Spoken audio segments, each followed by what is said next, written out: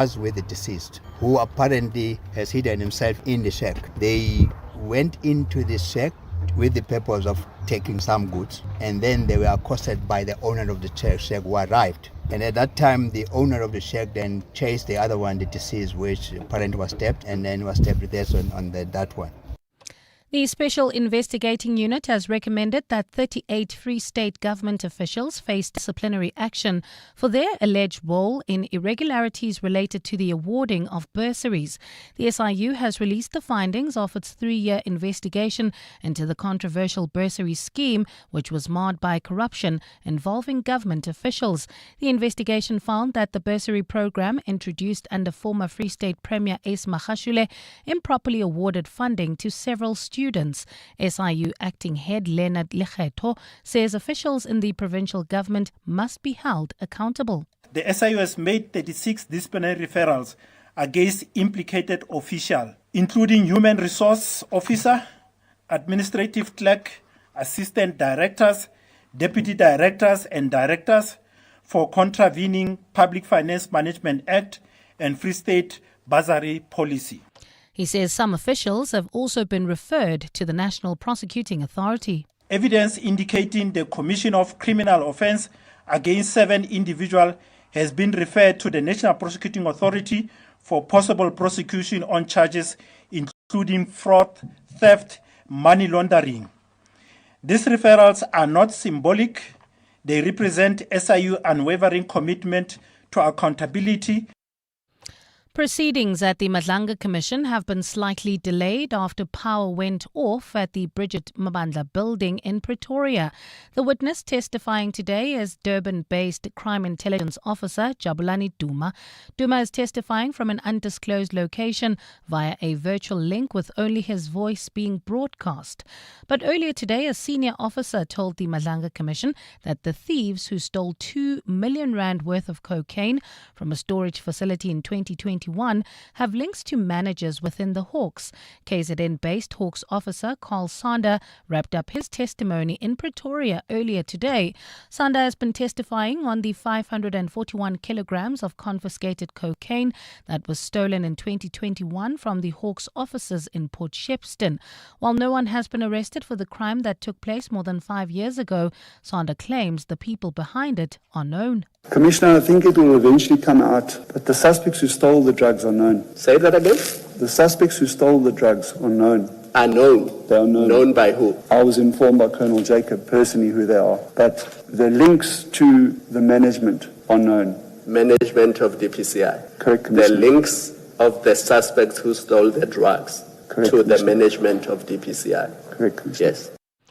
The state intends to oppose the bail application of a police captain accused of tampering with evidence. This is in connection with the murder of Vereniging engineer Armand Swart, who was shot dead in his vehicle outside his workplace in Vereniging in April of 2024. Captain Lawrence Magotloe, attached to the SAPS's Forensic Science Laboratory Service, faces multiple charges in connection to the crime. Magotloe is the first person who has appeared before the Madlanga Commission of Inquiry to be charged linked to evidence out of that commission. Dimakato Leshoro has more. The state alleges that Magotloe, a senior forensic analyst with 21 years' experience, manipulated ballistic evidence linked to Swart's 2024 murder. Prosecutors claim he altered a ballistic report, concealed irregularities from his superiors, and ensured that firearms linked to the killing were not processed through the automated ballistic identification system, which can determine whether weapons were used in other crimes. The state also added a separate charge from a 2018 murder case. It alleges that Magotloe used a similar method to shield suspects after a husband allegedly hired a hitman to kill his wife. According to prosecutors, he produced ballistic analysis that could not withstand scrutiny in court and again prevented the weapon from being checked through the ballistic identification system, allegedly undermining the prosecution's case to benefit the accused. Timakato Leshoro, Eyewitness News at the Pretoria Magistrates Court. And in Venezuela, interim President Delcy Rodriguez is expected to travel to India today for a 5-day visit. The visit comes as New Delhi scales up crude imports from Caracas. Rodriguez will be accompanied by several ministers and will hold meetings with Prime Minister Narendra Modi. India, the world's third largest oil buyer, has revived crude supplies from Venezuela to deal with the shortfall from the crisis-ridden Middle East. Rodriguez has been in charge of Venezuela since January this year, when U.S. forces captured former socialist president Nicolas Maduro. Gold is trading at $4,526.08 an ounce. The rand is at 16.21 to the dollar, 21.83 to the pound, 18.87 to the euro, and Brent crude oil is at $93.34 a barrel. Midrand, bumper-to-bumper traffic. This is on the N1 northbound between Allendale and New Road. There's also slow-moving traffic in the Devland area on the Golden Highway between the N1 and the N12. And in your sport, Bafana arrive in Mexico ahead of the FIFA World Cup. Mira Andreeva and Marta Kostyuk both through to the Roland Garros semi-finals. And Jonas Vingegaard completes career Grand Tour victories. A partly cloudy afternoon in Gauteng today. Temperatures have peaked at highs of between 18 and 20 degrees. The top story in EWN this hour. Western Cape Police have dismissed claims that a South African teenager killed in Mossel Bay was targeted during anti-immigration protests. EWN, in touch, in tune and independent. For the latest, visit ewn.co.za or download the EWN app. On Sunday, 26 July, 7:02 Josie My Josie Walk the Talk unites us all in the iconic Joburg CBD. 7:02 Walk the Talk. Enter now on primemediaplus.com. You're with John Perlman on 702. Streaming on the Prime Media Plus app, DSTV channel 856, 92.7 and 106 FM.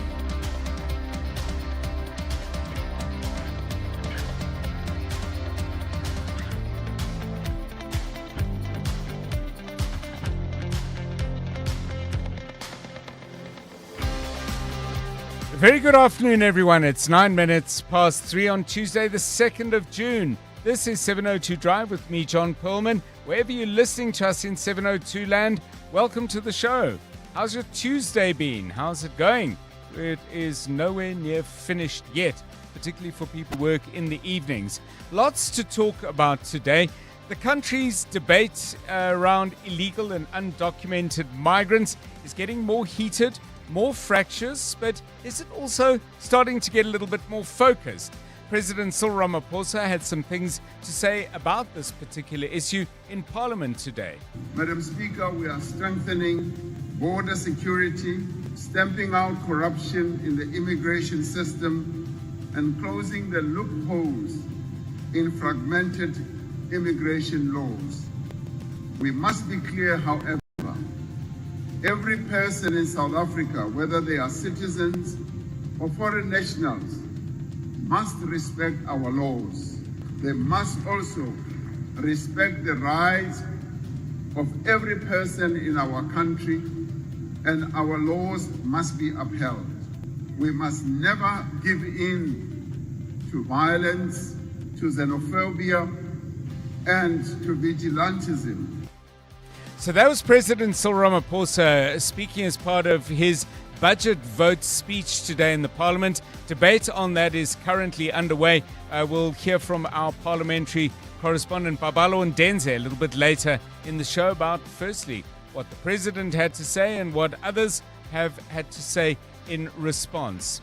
The Bafana squad have made it to Mexico, as you heard a moment ago there from Anthony Teixeira, but still, minus the assistant coach Helman Mkalele and the head of security Mdu Mbata. They will only leave today because we hear there were problems with their visas. Now, Mkalele has been assistant coach since May 2021. He's been a vital partner to head coach Hugo Bruce. He was always going to the World Cup, and we knew that he would be going specifically to Mexico in mid-December last year. And so the avoidable disruptions of our team's preparation grow and grow. How much might this affect the team ahead of the World Cup opener against Mexico? You could say it's a day here and a day there. They can easily make it up. I'm not so sure about that. I think the preparations before these big tournaments, whether it's AFCON or the World Cup, are actually detailed and very, very specific. Andre Arendse, former Bafana goalkeeper, has extensive experience of big tournament preparation. We'll get his thoughts on this after 5 o'clock. One thing we need to prepare for, but how we do so is an entirely different and much more complicated matter.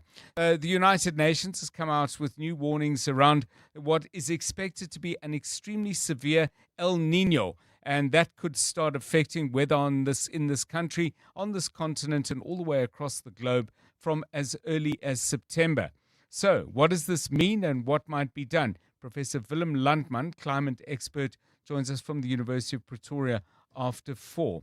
And speaking of uncertain futures, Botswana has had to deal with a great deal of that, particularly as the nature of the world diamond market has changed, with laboratory-produced diamonds starting to gain an increasing share of the global market. In our weekly feature, looking at various things around Africa, the RMB Africa Focus with Crystal Alderson at 10 to 5 focuses on our neighbor to the northwest. And we have a musical question for today. What is a song you probably shouldn't play at a wedding? Maybe this one. Another one bites the dust, and another one come, and another one come. Another one bites the dust. Hey, gonna get you too. Another one bites the dust. Shoot it. Of course, some of you might say that's exactly the song you should play at your wedding. After all, a big part of weddings is people do have a little fun and do have some laughs. But stretch your mind, engage your funny bone. Please send your song suggestions to 072 702 1702. What goes down must come up. Well, that's not strictly the phrase, and that's not always the case. But the JSE has bounced back strongly from yesterday's day, deep in the red. The all shares up by 2,080 points, 2080. A gain of nearly 1.9%, with industrials up by 3% and resources gaining 2.8%. Naspers is up by 9%. Process, obviously moving in lockstep with Naspers, has gained 8.9%. Karoo better off by 5.3%. There have been some losers today. There are every day. Dischem down by 6%. British American Tobacco by 4%. And Aspen by 2.2%. Gold price is looking strong, up by $47 today. Platinum has gained $17.62. The rand is trading at 16 rand 21 against the dollar, 4 cents up from this time yesterday. A euro will cost you 18 rand 88. That's a 5-cent gain, positively for the rand. 21 rand 84 will get you a pound. That's another 4-cent gain for our currency. Stephen Critters joining us with all the market news at 25 past 4. I mentioned Anthony Teixeira. He's with us at 20 to 4 with all the sports news. Quarterfinal time at the French Open as well. Karabo Chali has the traffic news, and Bali Dlamini with us at 3:30 with the latest news headlines. This is 702 Drive. We're live in the place where you live. If it's happening in 702 land, we always do our best to bring things to you here first. But there are times, when you hear about things before us. It might be something happening in your neighborhood. It might be something coming to you down your particular grapevine, which is different to mine and anyone else's here at 702. So you know something we don't, please call us 072 702 1702 or give us a ring on 011 8830 702. 3:15, this is 702 Drive. 702. Let's walk the talk. We've spoken before about talking to yourself, and we've spoken before about the way in which you might chat to particular strangers. But do you have a habit of talking to things that simply cannot talk back to you or even acknowledge what you're doing? So we're counting pets out here, because a lot of you will say, and I do, I come home and I have a little chat with the cats when I get in. I certainly greet them and ask them perhaps a couple of stupid questions like, how was your day? Mine was good. But then there are animate objects that are completely inanimate. Do you speak to them? Maybe your car. Do you chat to the vacuum cleaner while you're going about trying to spritz the house up, and you know that the vacuum cleaner it hasn't been at its best of late. Conversations you might have with inanimate objects, please, on 072 702 1702. Jonathan Fairburn, do you speak to your golf clubs? Afternoon, John, and afternoon to our 702 family. I do speak to the golf clubs, and if they had feelings, they would say I'm so abusive. Oh, really? No, I must say, the things that I have spoken to many times before, and thankfully it has changed because my computer got a real nice upgrade here at the office. Great. But I used to speak to that computer daily. And nothing good, nothing nice, because it would hang, it would buffer, it would do everything that you don't want it to do just before deadline. Yes. You know, so I would find myself speaking to that computer many, many times. And then also, I've also spoken to many let's say a skirting board maybe in a certain point in my house. Yes. Where I might, duff my toe. Yes.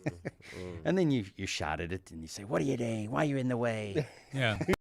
Why are you where you've always been? Yeah. So you have nothing good to say to these poor Nothing objects. good to say to these things. Nothing. Karabo Charlie, traffic guy, you probably talked to your car. No, I had a car called, my first car was a VW Beetle, 1973 or 6. Okay.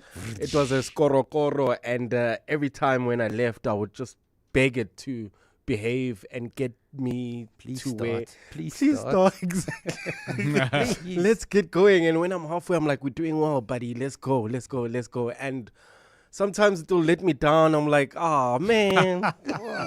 Why now? In the middle of the highway. Look at the time." So, my first car we used to have a lot of chats.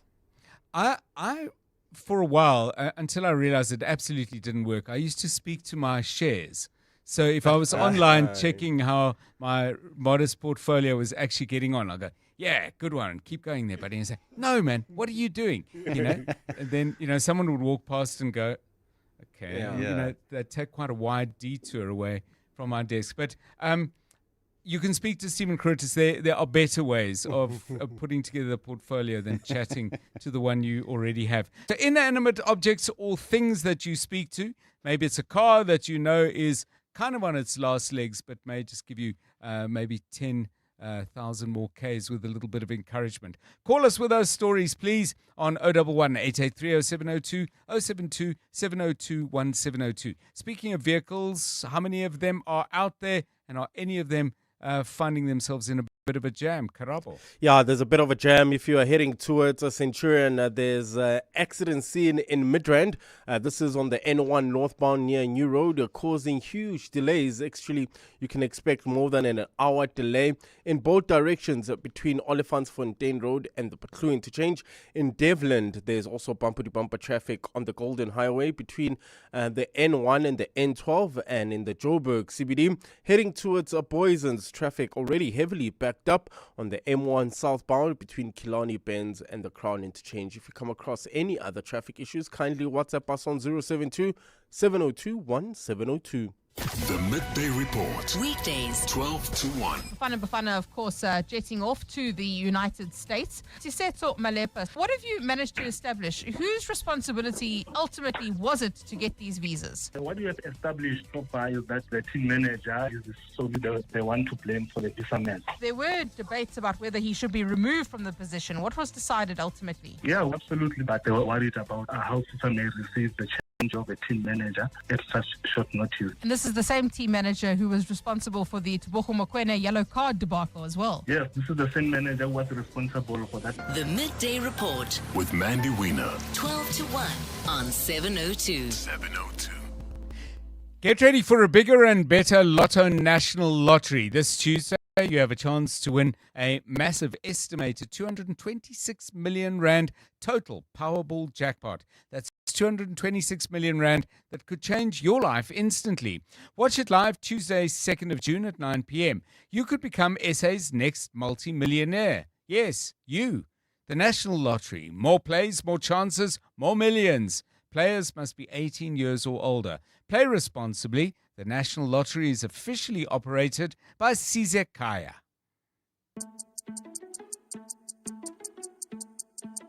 If you're CEO or CFO looking to grow across Africa, then the next 60 seconds are for you. Because in that short time, one bank in Africa will process over 300 million rand. That's 430 billion rand every day. Right now, we have 17.7 trillion rand of the continent's assets under custody management, making us far and away the largest bank by assets in Africa, which is why in 2025, we were voted Best Bank for Corporates in Africa at the Euro Money Awards for Excellence. So, if you're looking for a bank with scale, we're easy to find. We're in 21 key markets across Africa, and we've been on the continent for 163 years, so we are not going anywhere. Standard Bank Corporate and Investment Banking. Standard Bank is an authorized FSP and registered credit provider. T's and C's apply. Whenever she fell or got hurt, a kiss always took the pain away. Honey and hugs helped at first when the coughing started. It's just a cold. Keep her warm and she'll be fine, we thought. I wish I could kiss RSV away too. Respiratory syncytial virus is a contagious virus that can lead to serious illnesses, including lung infections. Fortunately, protection for infants against RSV is now available in South Africa. Ask your healthcare provider about keeping your baby protected during their first RSV season. In a world that is continuously evolving, Africa is adapting, innovating, and finding new pathways for growth. RMB Africa Focus is back for its 5th season to unpack the conversations shaping the continent right now. Every week on 702, award-winning journalist Crystal Alderson takes a closer look at influential economies and emerging opportunities across Africa with insights from RMB experts and regional voices. Catch RMB Africa Focus Thursday on 702 Breakfast with Bongani Bingwa, and today with me, John Perlman. Make sure you watch the in-depth video series with episodes released weekly on Prime Media Plus. RMB, a leading African corporate and investment bank. You're with John Perlman on 702. Let's walk the talk. Well, there's been a great deal of discussion about the financial state of the city of Johannesburg. Today, that was very much in the spotlight, not in Joburg, but down in Parliament in Cape Town, as the Auditor General, Tsakani Maluleke, gave a briefing to Parliament's Standing Committee on Public Accounts. To hear what was said and what the implications of that might be, Lindsay Dentlinger, EWN reporter, joins us now. Lindsay, a very good afternoon to you. The Auditor General would have kept a very close eye on the finances of the Joburg Metro. I recall reading the last report that she tabled in that regard. What did she have to say today? Good afternoon. Good afternoon, John. Well, it wasn't the Auditor General herself who was down here in Parliament, but several of the officials in her office and senior officials that deal with the accounts of Gauteng entities. They were supposed to appear before this committee last week, but we hear today that there have been delays, not only in completing this audit, but as you know, that the municipality still hasn't tabled their audited financial statements, which shocked the chairperson of this committee, Zongezo Zibi, saying that it was almost the end of June again, which marks the end of a financial year, and it was inconceivable that these financial statements had not been signed off. And the Auditor General's office saying primarily this was because the City of Johannesburg has been disputing findings from the Auditor General's office, and so going through the processes in dealing with these disputes have delayed bringing those audited financial statements to a conclusion.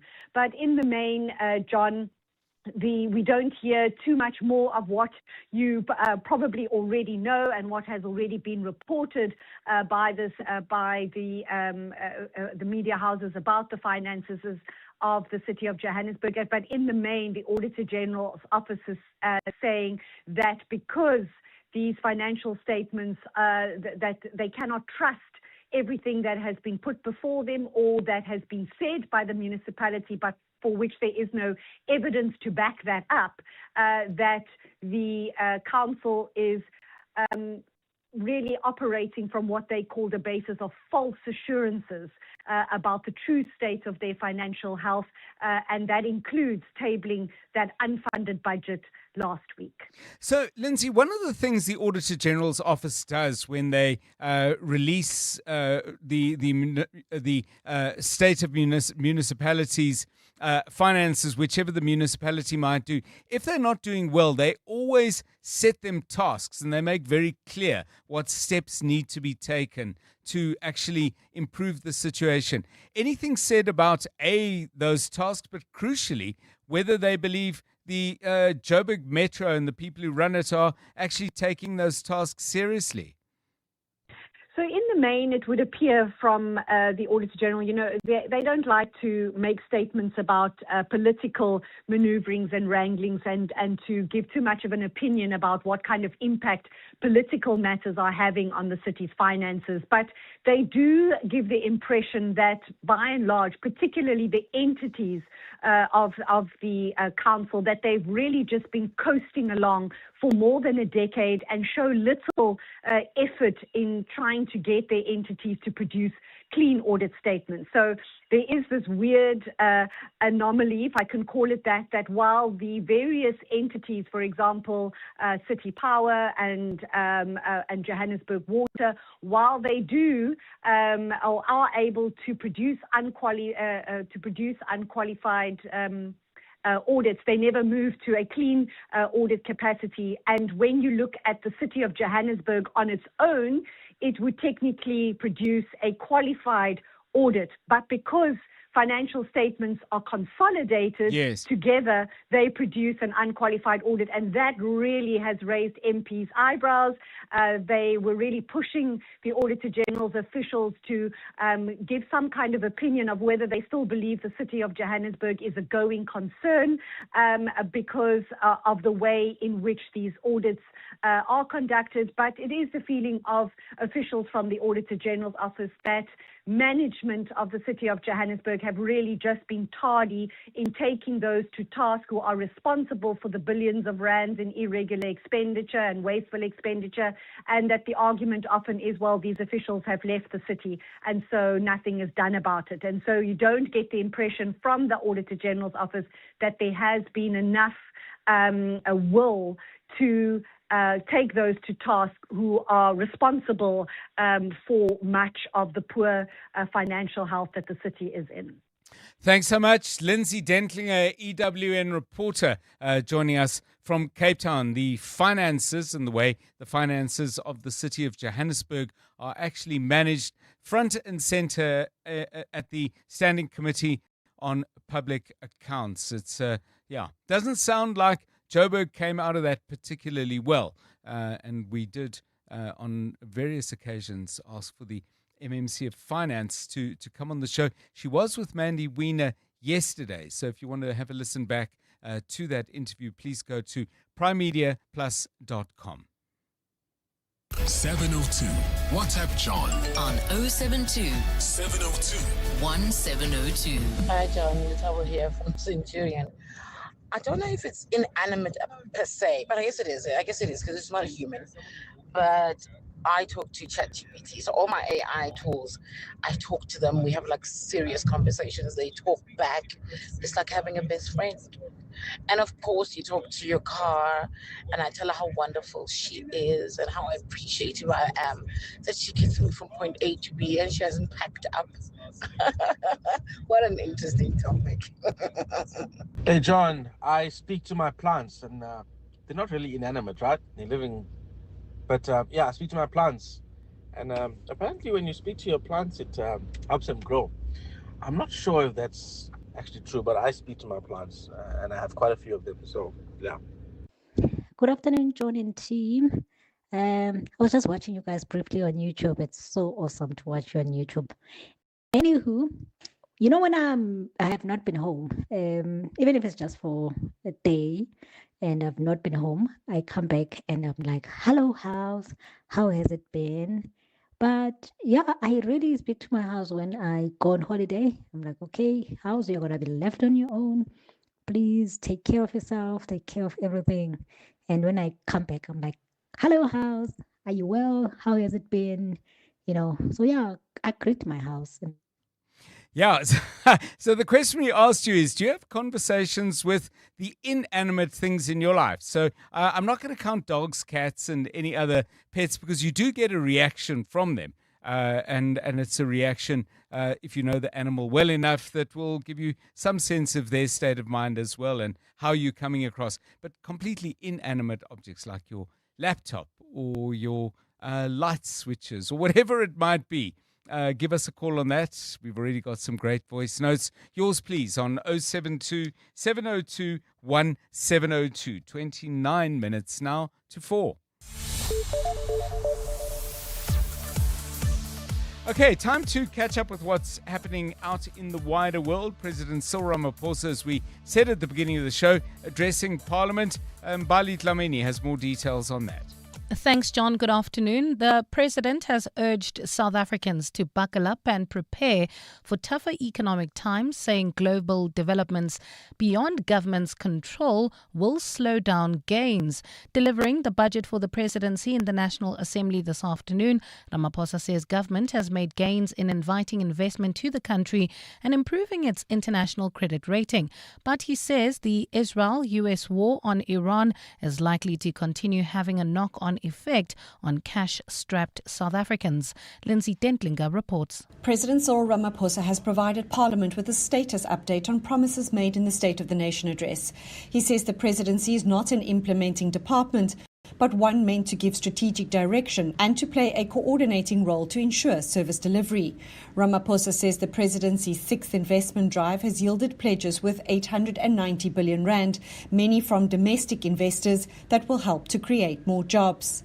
When local investors show confidence in the prospects of the economy of our country, international investors follow suit. But Ramaphosa has cautioned that investment does not translate into economic growth and jobs overnight, and the global oil and fertilizer crisis will further delay progress to stimulate the economy. We should anticipate that conditions will be difficult for the next while for our economy. Ramaphosa says despite the global economic turmoil, he remains concerned about the spike in unemployment. Lindsay Dentlinger, Eyewitness News, Parliament. Let's stay in Parliament. Basic Education Portfolio Committee members have slammed the Western Cape Department of Education for refusing to respond to questions about racial profiling at schools in the province. The Western Cape Education Department says the matter is still sub judice because they are appealing an earlier Western Cape High Court ruling that found its learner admissions system unconstitutional. But committee members say they deserve answers about the court ruling and concerns raised by parents about struggling to place their children in schools. Babalondenze has more. The Basic Education Committee met today to get a follow-up briefing on the department's investigation into allegations of racial profiling and admission criteria for learners. In November last year, the Western Cape High Court found aspects of the admissions system unconstitutional. The court ruled that the late application policies indirectly discriminate against black, poor and rural learners. Committee Chairperson Joy Maimela. We said to them, give us the breakdown of the demographics of the learners that are still unplaced. Only 4 out of 227 of the learners were white. The rest were black and coloreds. Western Cape Education MEC David Mania maintains that the issue can't be discussed in detail pending their appeal. And that is why we say that the matter is sub judice. Mania referred to Rule 89 of the National Assembly rules on the sub judice rule and suggested further legal opinion. Babalo Ndenze, Eyewitness News, Parliament. And in Bahrain, an intelligence officer has been sentenced to life in prison for beating a detainee to death. Authorities were made aware of the death of the detainee in March this year through social media and in a report from the General Inspector of the Intelligence Service. It's understood the activist was arrested at a checkpoint and had been suspected of spying on behalf of Iran. Iran's attacks on the Gulf following US and Israeli strikes and the killing of its supreme leader have stirred tensions in Bahrain. Since the war began, Bahrain has cracked down on those expressing support or sympathy for Tehran. A partly cloudy afternoon in Gauteng today. Temperatures have peaked at highs of between 18 and 20 degrees. Well, at this stage in Midrand, there's that accident seen on the N1 northbound near New Road. This is causing heavy delays in both directions between Olifantsfontein Road and the Butler interchange. Blue Hills traffic also sluggish on the R55 between Valley Road and Allendale, and in the Joburg CBD heading towards Boysons. Expect more than a 30-minute delay on the M1 southbound between Killarney Bends and the Crown interchange. The top story in EWN, President Cyril Ramaphosa has urged South Africans to buckle up and prepare for tougher economic times, saying global developments beyond government's control will slow down any gains. The Midday Report. Weekdays 12 to 1. Bafana, of course, jetting off to the United States. Tiseto Malepa, what have you managed to establish? Whose responsibility ultimately was it to get these visas? What we have established so far is that the team manager is solely the one to blame for the visa mess. There were debates about whether he should be removed from the position. What was decided ultimately? Yeah, absolutely, but they were worried about how FIFA may receive the change of a team manager at such short notice. And this is the same team manager who was responsible for the Tebogo Mokoena yellow card debacle as well. Yes, this is the same manager who was responsible for that. The Midday Report with Mandy Wiener. 12 to 1 on 702. 702. No one gets fit overnight. It takes discipline, and your money is no different. A Nedbank 32-day notice account helps you build financial strength with up to 7.3% interest and zero maintenance fees. The higher the deposit, the higher the return. Invest in under 2 minutes on the Money app and get money fit with Nedbank. For more information, go to nedbank.co.za. See money differently. Nedbank, we're a licensed FSP and registered credit provider. T's and C's apply. When choosing a university, facts matter. WITS is ranked #1 in Africa in the 2026 Center for World University Rankings out of more than 21,000 universities worldwide. This ranking uses objective data to assess universities on the academic and employment success of alumni, research quality and impact, as well as major distinctions and awards. No spin, no surveys, no perceptions, just facts. WITS has earned its place in the ranking that matters. WITS, for good. wits.ac.za. Mzansi, Take-A-Lot's senior cards, and boy have you been shopping. To say thank you for all your support, we're bringing you the Thanks A Lot sale. Get up to 60% off must-have beauty, sports gear, latest tech, TV and appliances, everyday essentials, toys and more. To know you is to spoil you. Shop the Take-A-Lot Thanks A Lot sale from 25 May to 7 June. Joburg is more than just a city. It's an energy, a pulse, and a feeling connecting everybody. The heart of Mzansi. It's Joburg, you know? In celebration of this, 702 has partnered with Jozi My Jozi, and we're calling on you to walk through the city center with us. Walk the talk. In the 702 Jozi My Jozi Walk the Talk. Babize bonke. On Sunday, 26 July, we're going to the iconic Joburg CBD, the home of dream creators and operators, where we dominate and history make. So join us and be a part of something special. I'm ready to rock this book. Because when Joburg walks together, extraordinary things happen.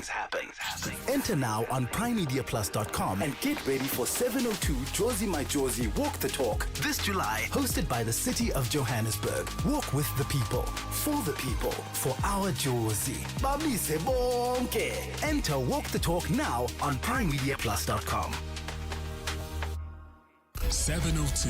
WhatsApp John on 072 702 1702. Hey John, James from Joburg here. Yes, I definitely have conversations with the printer, but I promise you I will not repeat on air what I said to the printer while I'm trying to connect it to my computer. And this thing works for one day and then doesn't work the next day, and then expletive comes out of my mouth because I think you have to be an engineer to join the simple printer to your simple computer. Cheers. Hi John, good afternoon. I definitely talk to my cars. When I just jump into the car, I sort of greet it. I'm like, let's go to, like when I'm going to work, I'm gonna be like, let's go to work. I'll just say, how are you? I feel like, there's this bond with my cars, you know. Thank you, Kempton Park. Good afternoon, Dr. John and the team. Hope you've had a lovely day and the afternoon is really good. Yeah, I talk to my roses a lot. They've got names. All my roses have got names. And they respond by growing and giving me beautiful, big flowers. Wow. Yo, my roses are my friend. I will always wake up and say, and why are your leaves yellow this time? Do you want me to give you something? I really talk to them nicely. Wow, lovely show. It's Kate in Midrand. Thank you, Dr. John. Good afternoon, John. I talk to my money. I thank my money for everything that it does for me, for buying food for me, for getting me petrol, for paying for the lights. I just appreciate the money. And I always thank money to say, thank you, money, for taking care of me. I love because of you. And I also thank my salary, and my employer for giving me salary each and every month. And when my salary comes in, I say, thank you, salary, and thank you for the things that you're going to do for me for a month. So I speak to my money. Yeah, lots of conversations going on. I must say that one with a printer. The problem with printers is when they're at their worst, they're incredibly chatty because I find they make these noises. They go, and you think, oh, something's about to happen, but the printer's just clearing its throat. And then it's, but I won't even try to imagine what it might be doing after clearing its throat. But there's a whole string of noises that give you absolutely no clue whatsoever as to what the printer might do next. Inanimate things in your life that you actually chat to, keep those coming. This is pretty busy. I'm impressed with the range of conversation. 17 minutes to 4 o'clock now. Let's catch up with the latest sport. EWN Sport.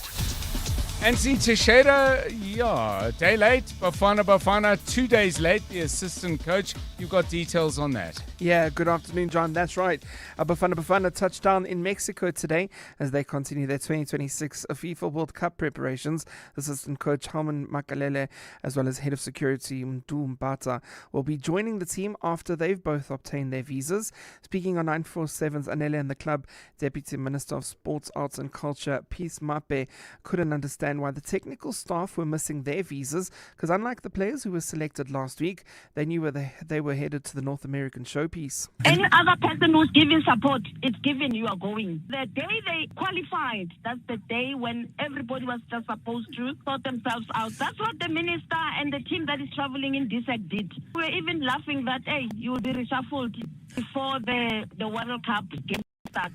Mabe also believes that this is SAFA's failure. We can blame it to the management of SAFA. We can blame it to executive of SAFA, because when you are about to embark on such a serious journey, you must at least have a committee that reports at least on daily basis, because there's a lot of logistics that comes to the traveling of the soccer team. In tennis, Mira Andreeva reached a second Roland Garros semi-final after blitzing Sorana Kirsty 6-love, 6-3. It's her 16th win at the Grand Slam, the most by a teenager at the event this century.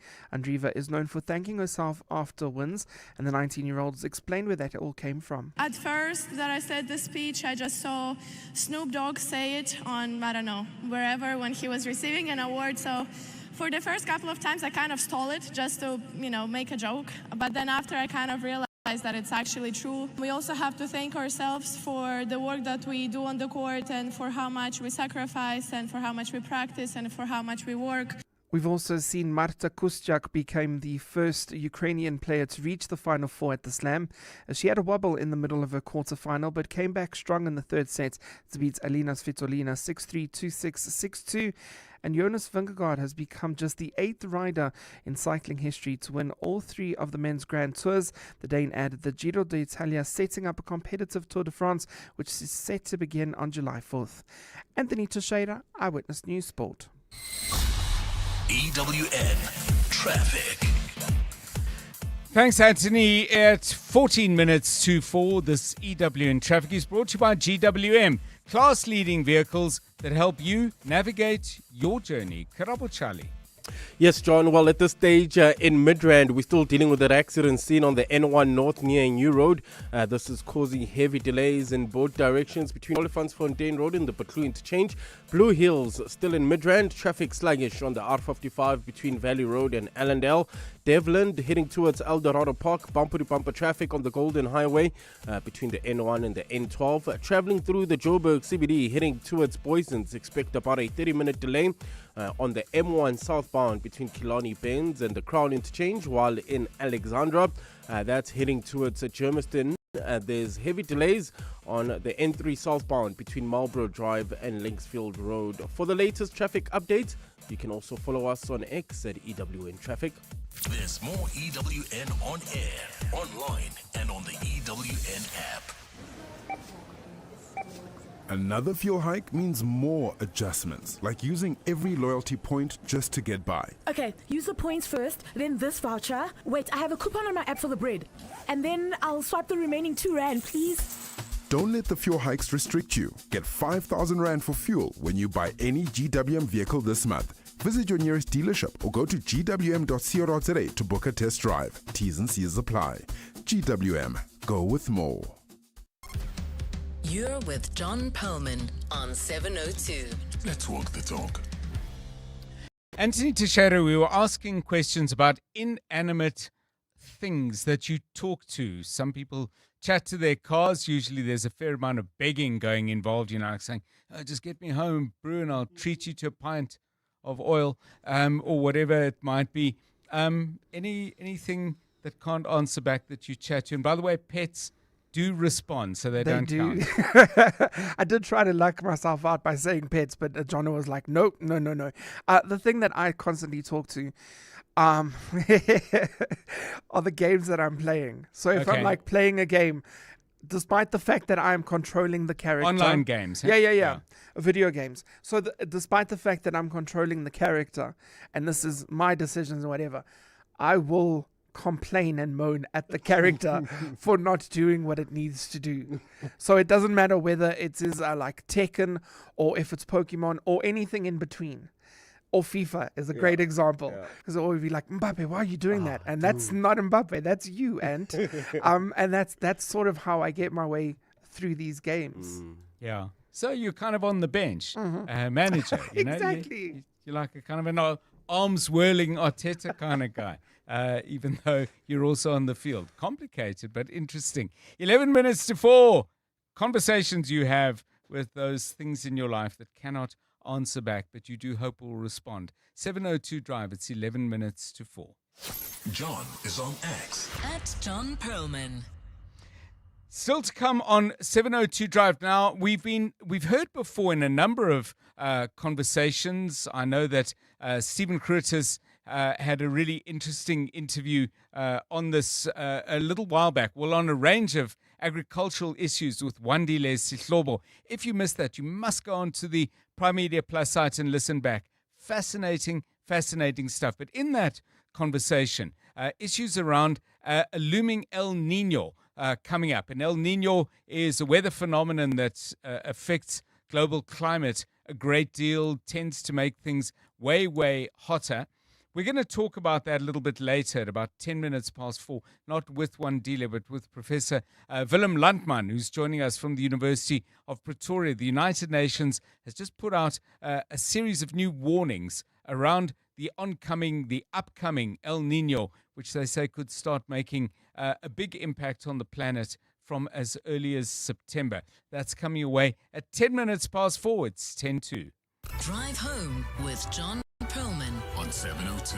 Let's walk the talk.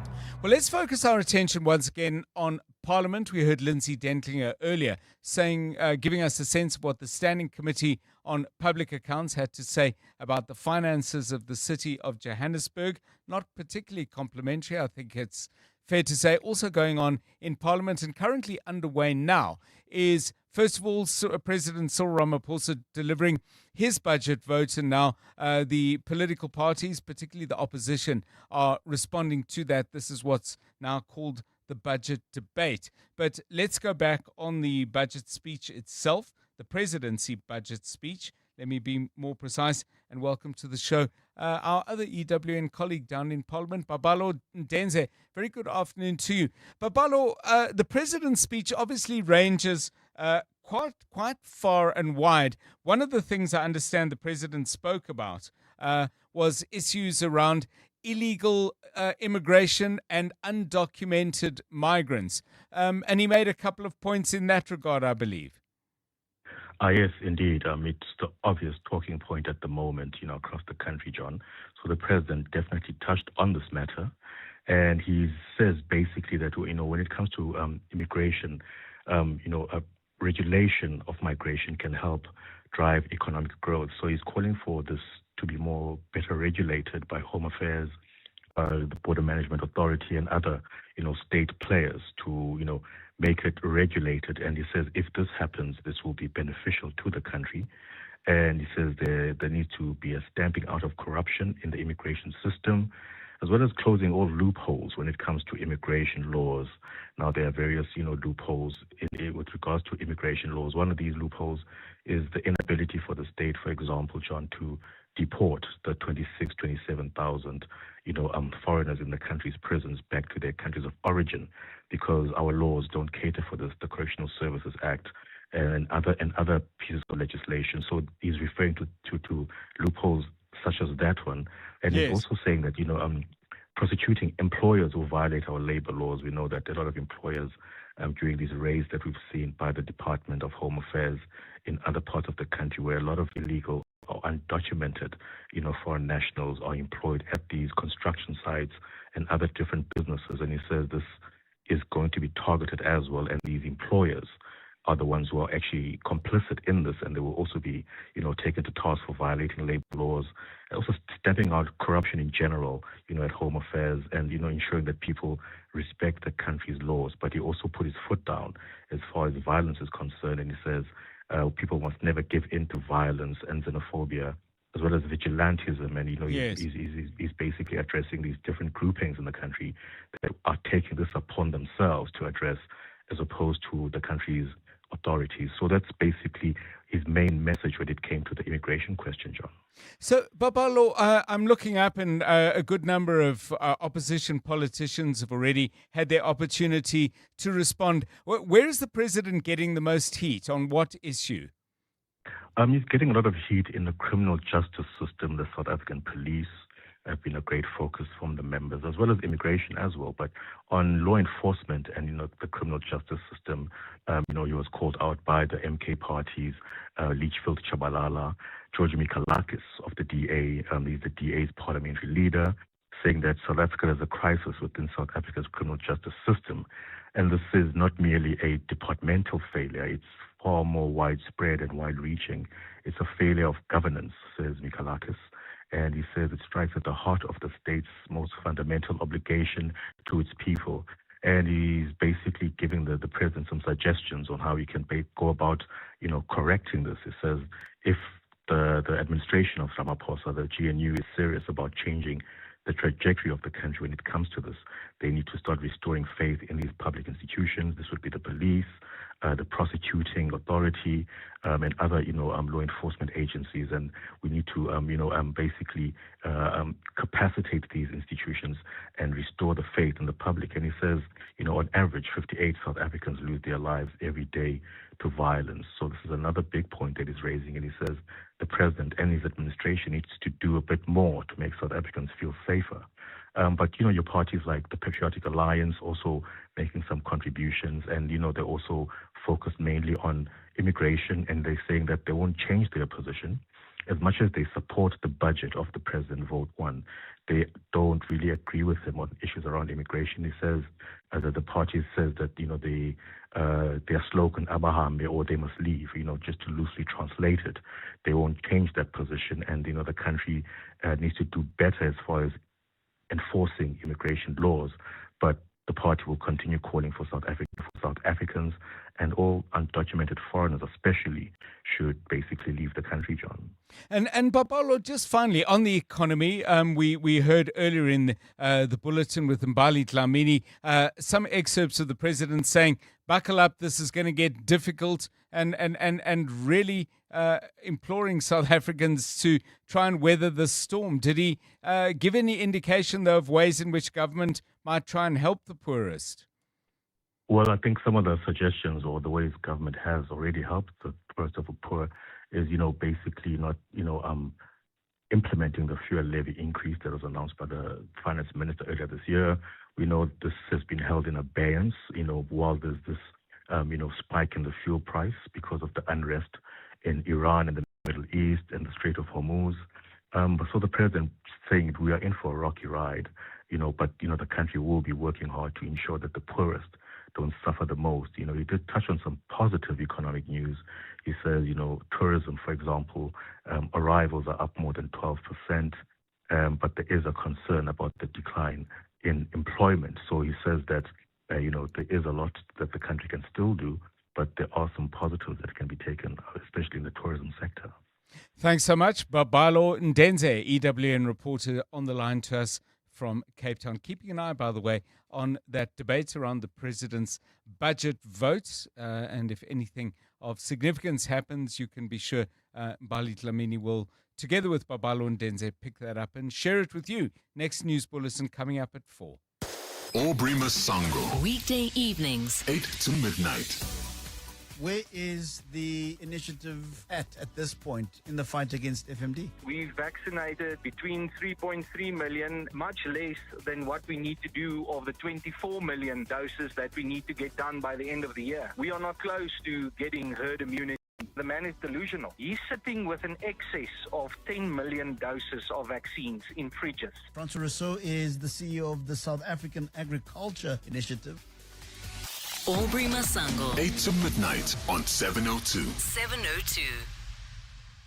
Honor the Fathers on Sunday, 21 June at Nirox Sculpture Park celebrates the elders of South African music who helped shape the country's cultural heritage across generations. Enjoy the typically warm Highveld winter sun while cherishing our fathers, grandfathers, stepfathers, father figures, fathers past and fathers to be. The program showcases the master crafts of Vusi Mahlasela, Herbie Tswaedi, Silalo Silota, Madala Gunene, and others. Limited tickets are available from niroxarts.com. Nirox is a private not-for-profit foundation to benefit the arts. All income is used to maintain the grounds, the artist residency program, and artist support. Still shopping around for a saving here and a deal there? Choose Checkers, SA's #1 in value supermarket, and save on deals like Sprite, Fanta or Stony soft drink or Schweppes soda water 2 litres, any 2 for 37 Rand. Yum Yum peanut butter 800 grams for 69.99, and Sensodyne repair or sensitive toothpaste 75 mils for 74.99 each. Valid until 7 June, only at Checkers. Insurance pulls you in. Pineapple pulls you under. Insurance. Pineapple. Insurance. Pineapple. Pineapple FSP 48650 is underwritten by Omart Insure Limited, a licensed non-life insurer and authorized FSP. Imagine a holiday where the only thing on the to-do list is enjoy yourself. With Norwegian Cruise Line, you can sail to over 400 destinations worldwide effortlessly. Visit ncl.com for the best deals or contact your travel agent today. Norwegian Cruise Line. It's different out here. T's and C's apply. You're with John Perlman on 702. 702 Drive, news at 4 coming up. After that, a little bit later in the show, after 5 o'clock, how does a team that's got a very carefully planned schedule for competing in a major tournament like the Football World Cup get back on track after all the disruptions of leaving a day late and leaving without your assistant coach to boot? We'll talk about that after 5 o'clock with football veteran Andre Aronso, who knows a thing or two about going to big tournaments and succeeding. This is EWN.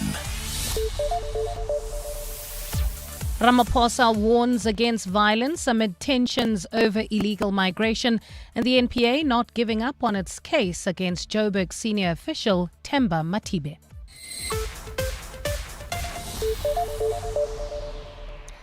Good afternoon, I'm Bali Dlamini. President Cyril Ramaphosa has assured the nation that government is taking decisive action to deal with the challenges of illegal migration. This comes as tensions continue in parts of the country with demonstrations over immigration issues. Various groups have taken to the streets in the recent weeks calling for tough action from government. Speaking in Parliament this afternoon while delivering the presidency's budget, Ramaphosa called for locals and migrants to obey the laws of the country. We need to deal with illegal migration. We have seen how illegal immigration into our country can put pressure on our public services and undermine our efforts to create decent work for all. As announced in the State of the Nation address, government is taking decisive action to address this challenge. At the same time, Western Cape Police have dismissed claims that a South African teenager killed in Mossel Bay at the weekend was targeted during anti-immigration protests. This follows a video which has gone viral on social media of the teenager's mother claiming that her son was attacked by residents who believed he was an undocumented foreign national. 18-year-old Ntlamulo Sambo from Guyana in Limpopo was fatally stabbed in Kwanongqaba in the early hours of Sunday morning. The incident followed a violent anti-immigration protest in the area on Friday night where 2 Mozambican nationals were killed. Police say preliminary investigations into Sambo's death point to a different motive. Western Cape Police Commissioner Thembisile Pategile says Sambo was allegedly confronted while attempting to steal items from someone's home. A 15-year-old that was with the deceased, who apparently has hidden himself in the shack. They went into the shack with the purpose of taking some goods, and then they were accosted by the owner of the shack who arrived. And at that time, the owner of the shack then chased the other one, the deceased, which apparently was stabbed, and then was stabbed there on that one. The NPA wants to re-enroll the fraud case against Johannesburg Development Agency CEO Themba Matibe after it was struck off the roll. Matibe walked free today after the Alexandra Magistrates Court denied the state's request for additional time to conclude its investigations. He was arrested in January when police found a substantial sum of cash at his home. His case is linked to procurement irregularities at the Johannesburg Social Housing Company, where he previously served as Chief Operations Officer. Alpha Ramushwana reports. The NPA was given 5 months to search the electronic devices of Johannesburg Development Agency CEO Themba Matibe and finalize its investigation.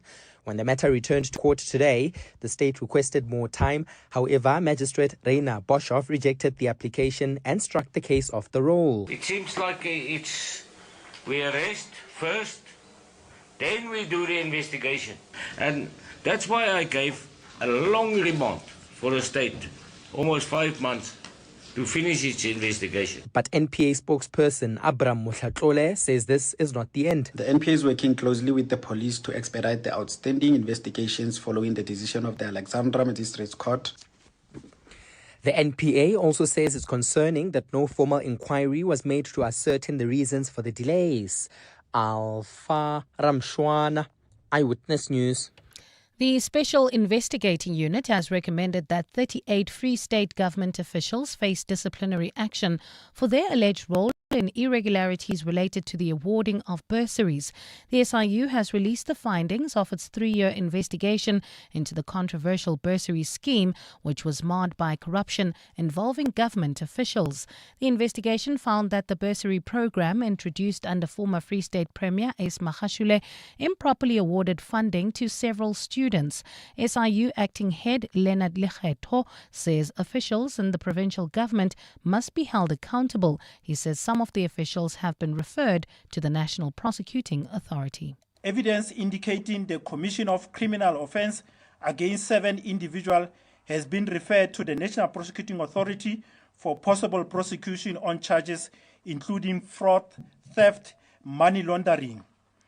These referrals are not symbolic. They represent SIU's unwavering commitment to accountability. And Kenya's president has defended the opening of an Ebola quarantine center for U.S. nationals after a court halted the plan. The U.S.-built facility at Kenya's Laikipia Air Base was due to open last week to quarantine Americans arriving from the DRC, which is currently battling a major Ebola outbreak. The center was set to have 50 isolation beds and be managed by U.S. medical staff, while violent protests broke out near the facility yesterday amid anger that the U.S. is using Kenyan soil and bringing Ebola patients to that country. The court now says that government has 7 days to disclose all agreements related to that facility. Gold is trading at $4,510.21 an ounce. The rand is at 16.22 to the dollar, 21.85 to the pound, 18.88 to the euro, and Brent crude oil is at $94.28 a barrel. You can expect some delays in the Sharon Lee area on Malibongo Drive between the N1 and Witkoppen Road. There's also slow-moving traffic in Midrand on Old Pretoria Road between Olifantsfontein Road and New Road, and in Devland heading towards Eldorado Park, bumper-to-bumper traffic on the Golden Highway between the N1 and the N12. And in sports, 2 Lions and a Stormer awarded URC trophies. Siyabonga Gezana confirms surgery and wishes Bafana luck for the World Cup. And the latest from the men's Roland Garros first quarter final.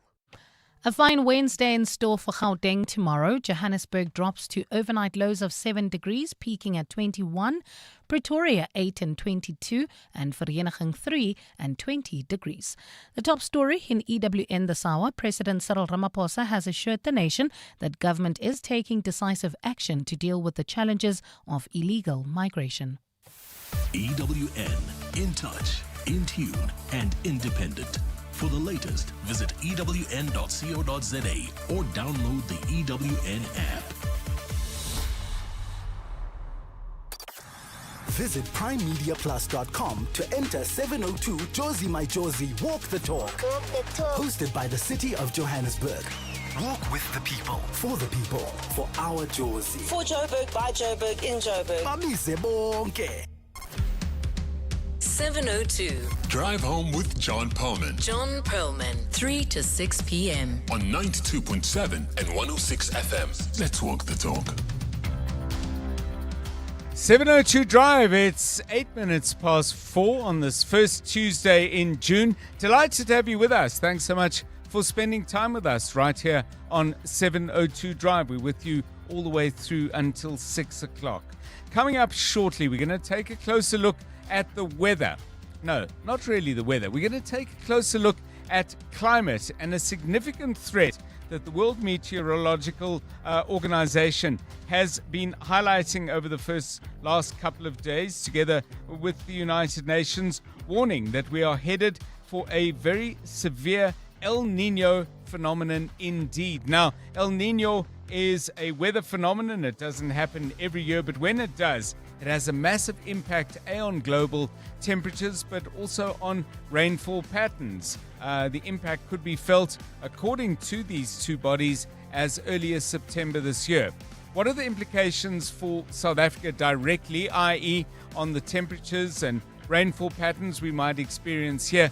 But then, of course, there are global consequences. If there are food shortages in other parts of the world, for example, then prices go up and we get affected, whether we're directly hit by the weather phenomenon itself. So that's a conversation I think we need to have.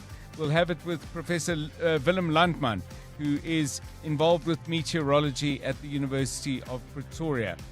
Staying on our continent at 10 to 5, a closer look at how Botswana is dealing with some profound changes in the diamond market. That's with Crystal Alderson in the RMB Africa Focus at 10 to 5. And after 5 o'clock, a closer look at the potential consequences for Bafana Bafana of all this bungling around the visas. This when fixtures were known and absolutely set in stone from the middle of December last year. Yes, of course, we didn't know exactly who would be traveling in terms of which players would be left behind. But boy, we had a pretty fair idea of what needed doing. Helman Mkalele, assistant coach to Hugo Broos, is not yet in Mexico, despite the fact that the rest of the squad is there. Not good.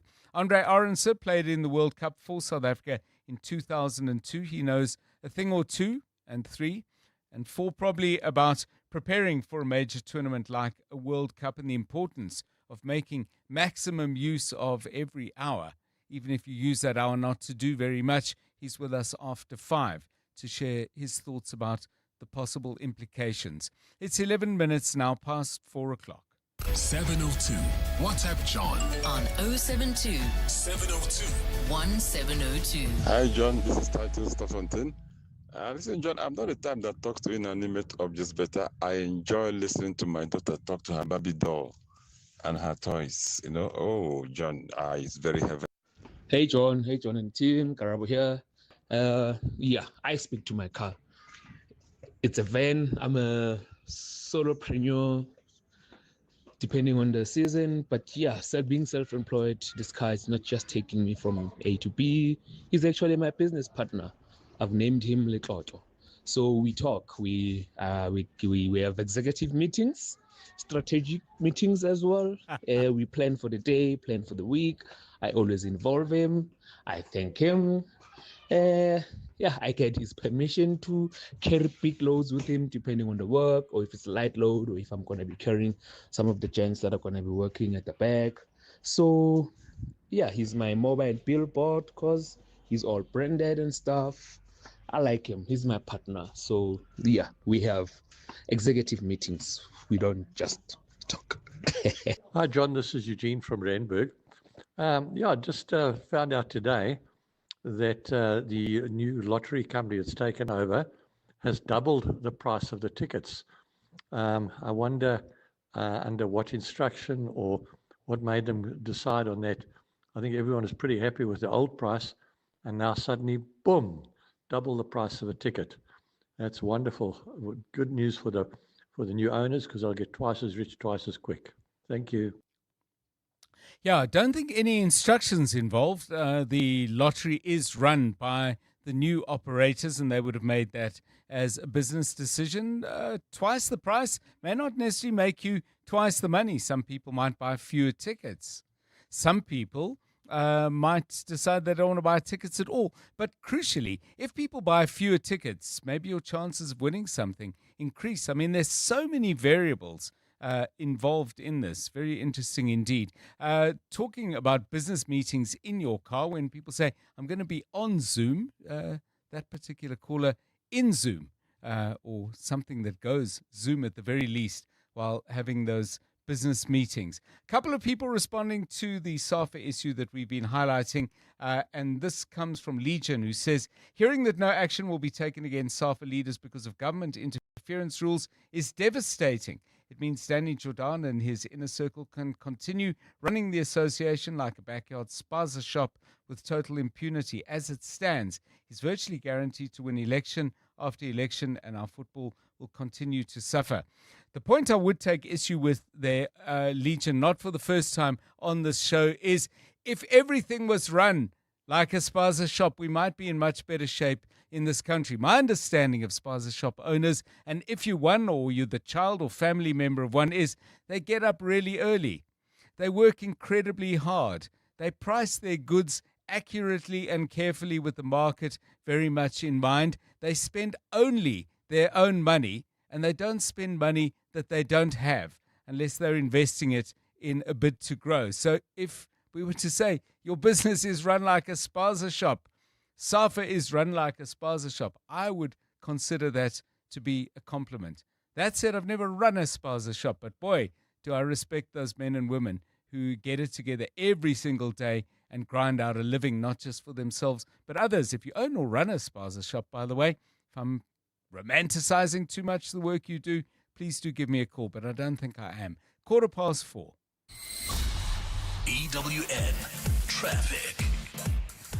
This EWN Traffic is brought to you by Outsurance. SMS out to 45142 now. You could save on car insurance. If you don't, ask them for 500 Rand. Karabo Charlie, Sharon Lee is a place where one may not want to be. Yeah, they can expect some delays. This is driving through Sharon Lee on Malibongwe Drive between the N1 and Witkoppen Road. Midrand, also slow-moving traffic on Old Pretoria Road between Olifantsfontein Road and New Road, while in Devland heading towards Aldos.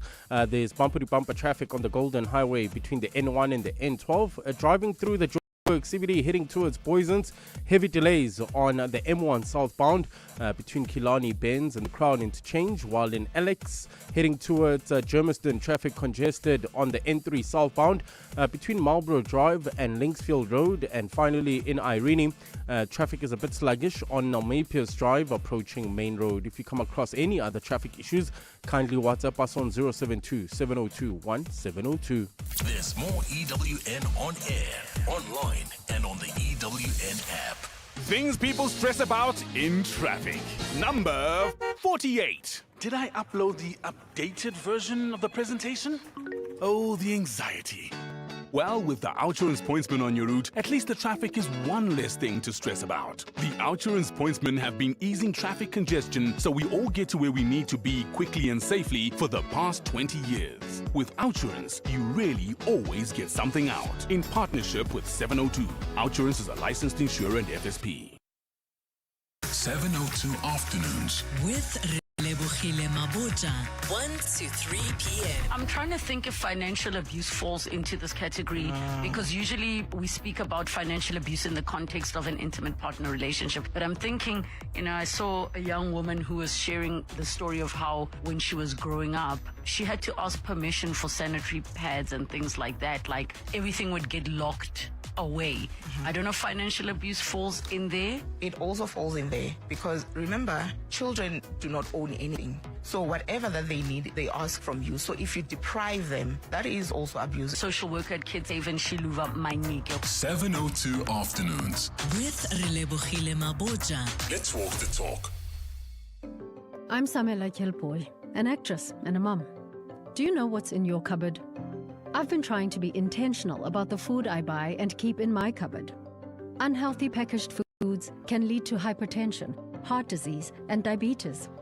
Support front of package warning labels on unhealthy packaged foods, high in saturated fat, sugar, and salt. Join me. Sign the petition on healer.org. That's HEALA.org. Experience pure country allure as a VIP at this year's Hollywood Bets Durban July with Spina Zonke. Stand a chance to win VIP experiences or a share of 1.2 million rand in cash. Bet 2 rand or more on selected slots to enter. This is your moment. Release your spirit. Release your victory. Release your glamour with Spina Zonke. Bet now.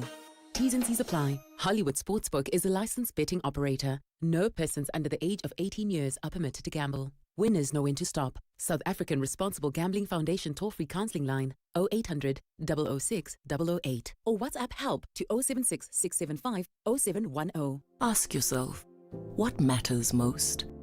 Is it being there for their first steps and still around for their first dance? Knowing you're not just covered, but cared for.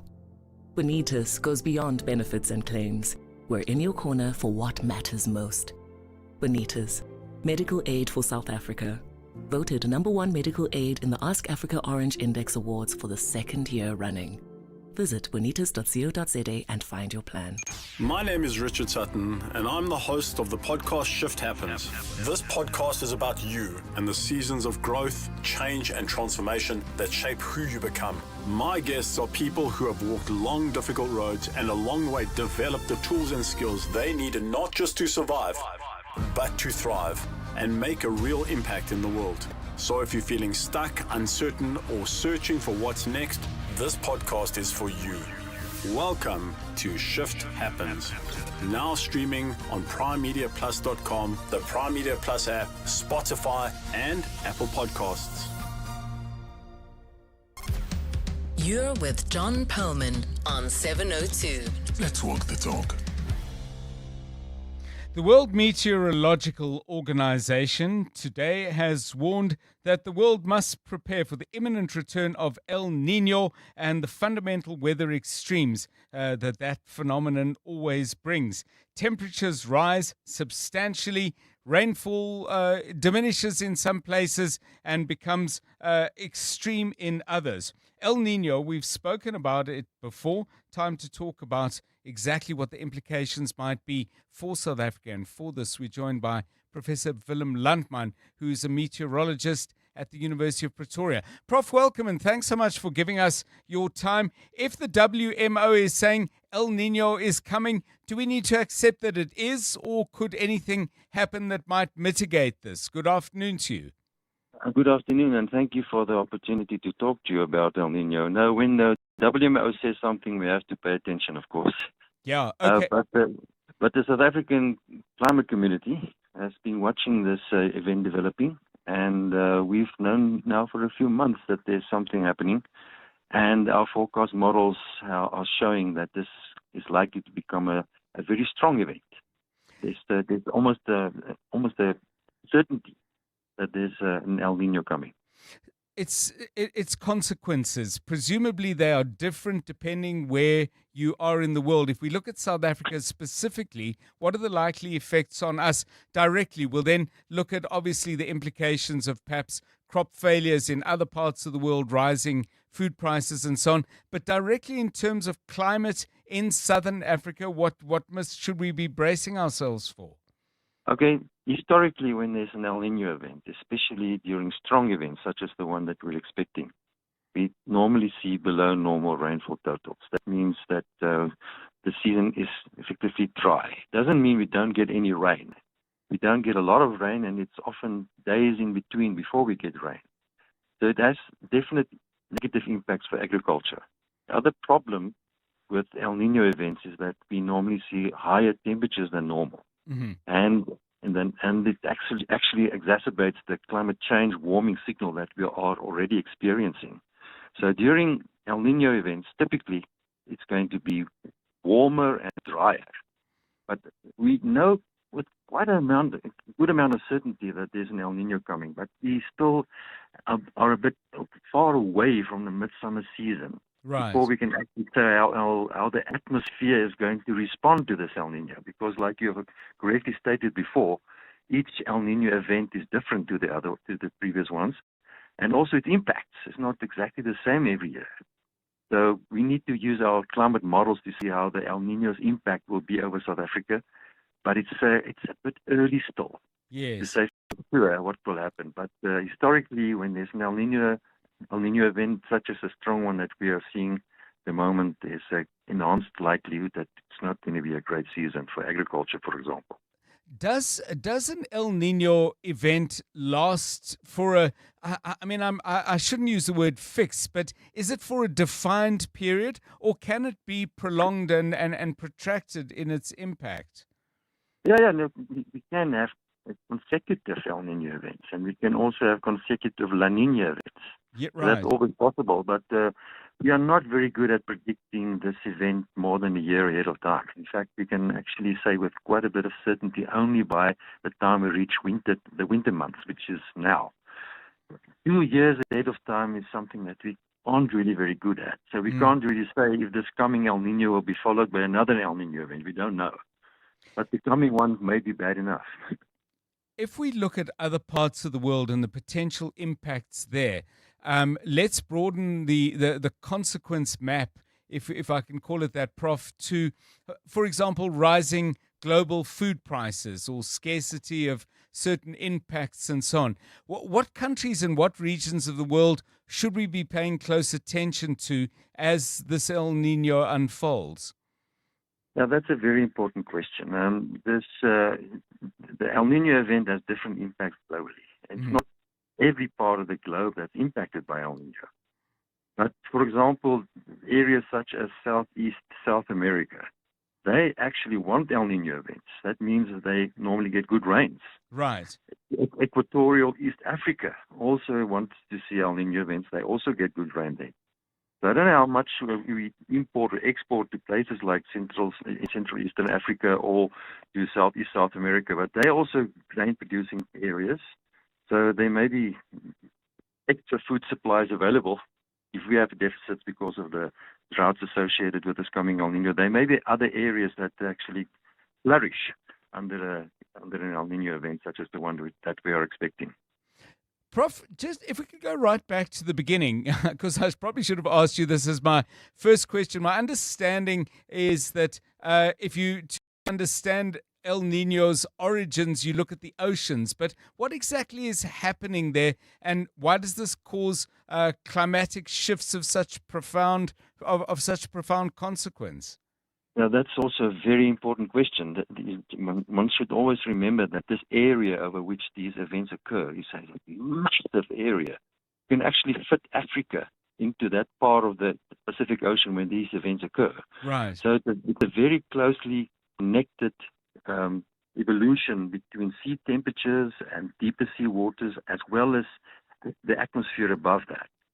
So once something like that starts going, it's normally a consequence of how the trade winds change and how the trade winds then impact on the sea temperatures. And it's a completely fully coupled ocean atmosphere system. Right. And once the thing gets going, it actually is very difficult to stop because it's such a massive area that involves an enormous amount of energy. Yeah, it is quite extraordinary. I mean, just a final question then for you, Prof. Landman. I mean, in terms of, how can we prepare? I wouldn't have thought we can change the nature of the crops that we plant and so on. But for example, should the Department of Agriculture be buying maize futures now or wheat futures or whatever in anticipation of price hikes, or is it too late for that? No, I think there's still enough time to add to that. My main worry is the subsistence farming. Right. So what about those poor guys who have to plant? They have no choice. Yes. That's what I'm more concerned. There's millions of people like that who rely on that kind of agriculture. So you can't tell them, don't plant this year, it's going to be dry. No. They have to plant. So I don't know what will happen to guys like that. Yeah, there's lots to explore, but thank you. Setting the scene in very clear terms, Professor Willem Landman, meteorologist at the University of Pretoria, El Nino. Oh, man. I mean, it comes thick and fast. Every imaginable problem seems to be arising at the moment. For agriculture, the fertilizer difficulties coming out of the conflict in the Gulf. Now, rain forecasts not terribly good. Anyway, we soldier on. We'll probably try and have some conversations about implications for agriculture a little bit later in the week. 28 minutes past 4. EWN Business. Stephen Curtis, what a difference a day makes. I think I might have said that before, given how we go up and down, mainly down, but nicely up today. Indeed, John. Good afternoon. Farmers are like business show presenters. We need something to complain about. Brent crude is at around $95, so that's given the JSE a bit of room to breathe. There's also some interesting reasons for why it's doing so well, John. The oil share is up 1.3%. Financials are down 0.4%. Industrials are up 2.79 and resources are up 1.83. So gold and platinum are slightly higher. But the real story is Naspers and Prosus. Both up by, Naspers is up 9.68, Prosus up 8.09. And that's because that WeChat, of which they own 30%, has said that it's ready to launch an AI bot across its platform in China. Well, it hasn't quite said that. There are reports that it's getting ready to do that. And that's really lifted the share price of WeChat and had an impact on the people who own it. Bidcor's up 3.92% today. The International Food Services Company reporting headline earnings per share up over 7% in the 10 months to the end of April. They had a capital markets day today, so that's why they released this. It says trading profit was up 7% in constant currency terms. Gross margins were up by around 20 basis points, so they're doing quite nicely. And then the other big story, of course, is Telkom headline earnings per share up 21.5% in the year to the end of March. This was expected. They did tell us this would happen last week. Group data revenue up 7.6% and mobile data revenue up 10.5%. We'll speak to their CEO on the Money Show and ask how much longer they'll keep landlines running, John. Pick n Pay up 3.5% after a rough time for them. Glencore and Exxaro doing nicely, both up by around 3.3%, partly, I suspect, because of concerns about oil. Dis-Chem is down nearly 6%. They had results out on Friday, which weren't great, partly because of how much they're investing in new services. British American Tobacco, they're down 4.43%, despite saying that they expect that they're making more money in the US from nicotine patches and vaping devices. They say they expect the global cigarette industry to decline in volume by 2.5% in their current financial year. I thought that was interesting. And We Buy Cars is down 2% as well. In the US, there were record highs yesterday. They just come off a little bit. The Dow Jones is down 0.27. The Nasdaq is flat. The S&P 500 is down 0.07. And then the gold price, $4,503.35. Platinum, $1,939. Brent crude, $95.21. The rand to the dollar, 16.24. To the euro, 18.90. To the British pound, 21.87. Stephen Curtis, EWN Business. Thanks, Stephen. Back with us at about 17:26. How about that for precision? Somewhere like that. Anyway, let's get the very latest Eyewitness News right now. Mbali Dlamini. Thanks, John. Good afternoon. The Auditor General's office says the city of Johannesburg is operating on false assurances about its financial health and making decisions that are not based on credible information. It says this includes the budget it tabled last week for the new financial year. The AG's office says despite interventions from the National Treasury, the city is showing little improvement in turning around its financial situation. Lindsay Dentlinger reports. When considered on its own, the City of Johannesburg has achieved a qualified audit, meaning auditors have expressed concerns about its financial statements. However, in a consolidated set of financial statements that includes its trading and other entities, the city makes the grade for an unqualified audit opinion with findings. The AG's chief auditor for Gauteng, Fumalani Rabonda, says municipal entities such as Johannesburg Water and City Power have been hovering in the unqualified audit status category for more than a decade and are making little to no effort to achieve clean audit results. A culture that has got disregard of legislation, it's a culture that is actually breeding unscrupulous conduct and also wastages. Overall, the City of Johannesburg has regressed in its audit outcome in the 2024-25 financial year. MPs say they remain doubtful that the city can be considered a going concern, arguing that if it were a business, it would almost certainly have been declared bankrupt. Lindsay Dentlinger, Eyewitness News, Parliament. KwaZulu-Natal police say rogue officers are denting efforts to fight crime. The department has now vowed to continue efforts to rid the service of the bad apples. Nhlanhla Mabaso reports. The anti-corruption unit has busted several officers for offences ranging from corruption to extortion. In January, police nabbed a subs firearms instructor at the Marian Hill Toll Plaza for transporting several firearms and over 800 rounds of ammunition. Weeks later, 2 officers in Inanda were arrested for extortion, allegedly collecting protection fees from illegal alcohol outlets. And just last month, 6 police officers were arrested for crimes including corruption, assault of a suspect, extortion, and possession of drugs. Police spokesperson Robert Nechiunda says they are not isolating the problem. At some point realized that maybe some of the officers of the operations are compromised because those who are supposed to be executing them are the ones who are telling criminals what to do and how to escape. Nechiunda says the law must apply no matter the position. We still believe that those who are still inside, who are still doing the same thing, will be arrested. Just 2 weeks ago, a cop was arrested, or was found with dagga. So that shows that the law knows no rank, knows no position. He has warned would-be offenders in the service that they will be dealt with. Nhlanhla Mabaso, Eyewitness News, Durban.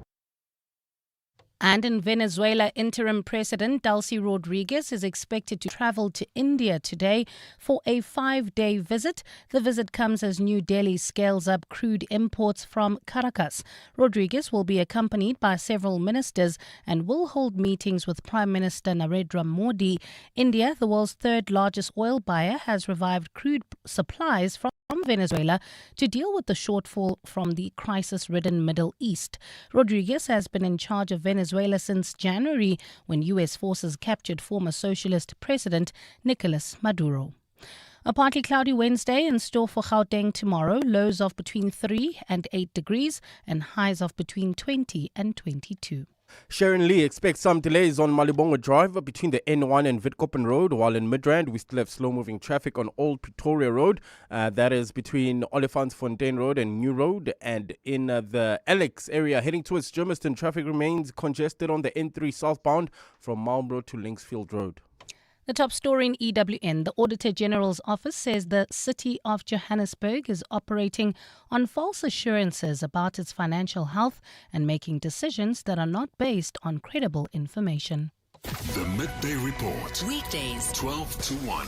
Bafana, of course, jetting off to the United States. Tiseto Malepa, what have you managed to establish? Whose responsibility ultimately was it to get these visas? What we have established so far is that the team manager is solely the one to blame for the visa mess. There were debates about whether he should be removed from the position. What was decided ultimately? Yeah, absolutely, but they were worried about how FIFA may receive the change of a team manager at such short notice. And this is the same team manager who was responsible for the Tebogo Mokoena yellow card debacle as well. Yes, this is the same manager who was responsible for that. The Midday Report. With Mandy Wiener. 12 to 1 on 702. 702.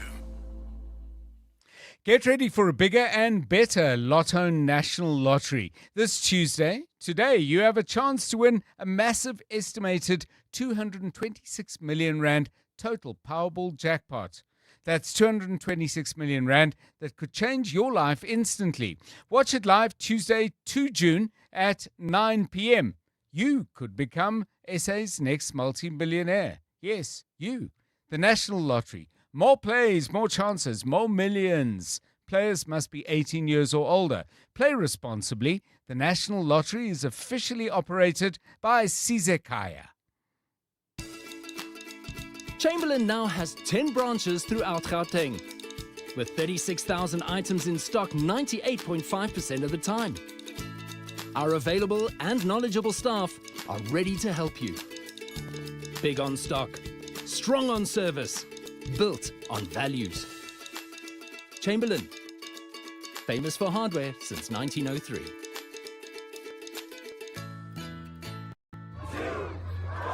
It's another girl. Families multiply, fees shouldn't.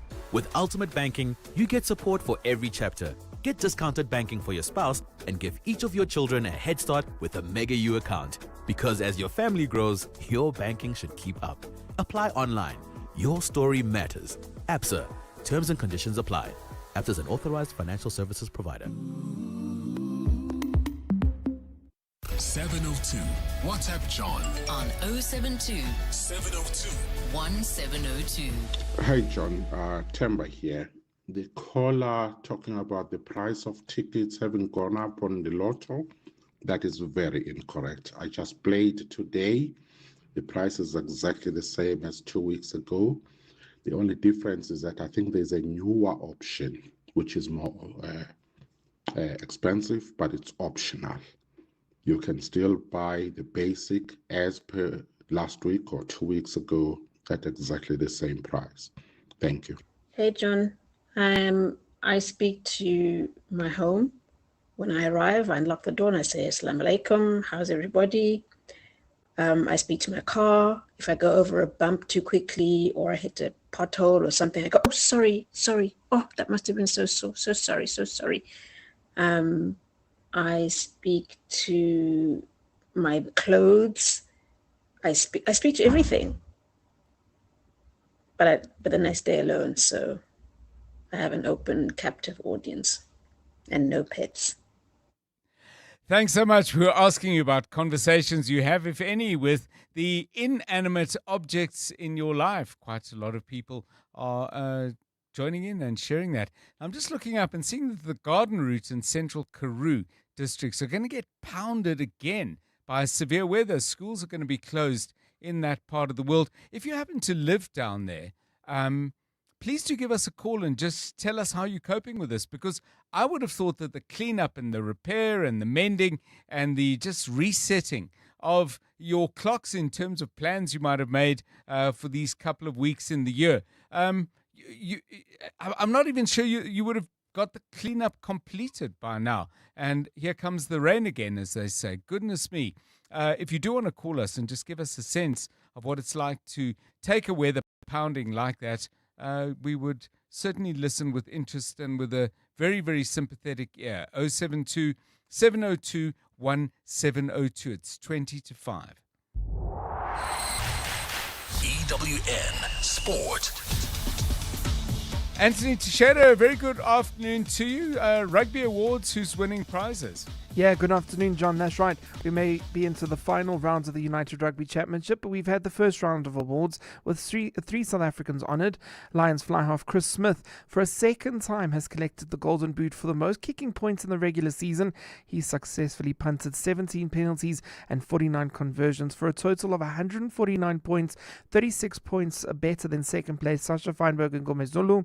Another two-time winner in the Joburgers ranks, as Quayne Horn has walked away with the Iron Man prize for the most minutes played after he started all 18 of their games. The Stormers have their own award winner, that's Evan Roos, who crossed the white line 12 times to pick up the top try scorer award.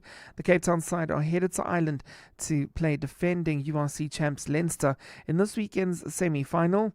Senior Leinster coach Jacques Ninaba says travelling isn't as much of a concern as it was. It's always nice to play in front of your fans. I don't think the travel thing, if you want to make it a big thing, it is a big thing, but I don't think it's a big thing, especially if you look at the experienced team that they have. I mean, they understand the travel up to Ireland to come and play Ireland in the Aviva, so it's not like it will be new to them. So I think the travel won't bother them now. The Bulls will be hoping that's true, as they're also away in Scotland to meet the Glasgow Warriors. Bafana landed in Mexico and now look to ramp up their FIFA World Cup preparations. They've received well wishes from a player who a year ago many of us would have expected to be part of that North American squad. Siyabonga Ngezana, who featured throughout the qualifiers, took to social media to wish them luck and to bring it home. The defender also confirmed that he'll undergo knee surgery, which has hampered him throughout the season with Romanian club FCSB. And in tennis, one woman's semi-final has already been outlined. That's Thursday's Madrid Final Open rematch between Mira Andreeva and Marta Kostyuk. Well, right now on court, we have the first of the men's quarterfinals, where Alexander Zverev has turned up the heat in the second set against Rafa Yodar. He's won that one 6-1 to lead that 2 sets to love, and also leading in the third set. Anthony Teixeira, Eyewitness News Sport. EWN Traffic. Right, let's get out onto the roads, find out where the traffic is thickening up. A bit like gravy, except it's not nearly as appetizing. Karabo Charlie, what's up? Well, John, at this stage in the Midrand area, slow-moving traffic on Old Pretoria Road between Olifantsfontein Road and New Road. Sharon Lee, you can still expect some delays on Malibongo Drive between the N1 and Witkoppen Road, while in Devlin, traveling towards Eldorado Park, there's bumper-to-bumper traffic on the Golden Highway between the N1 and the N12.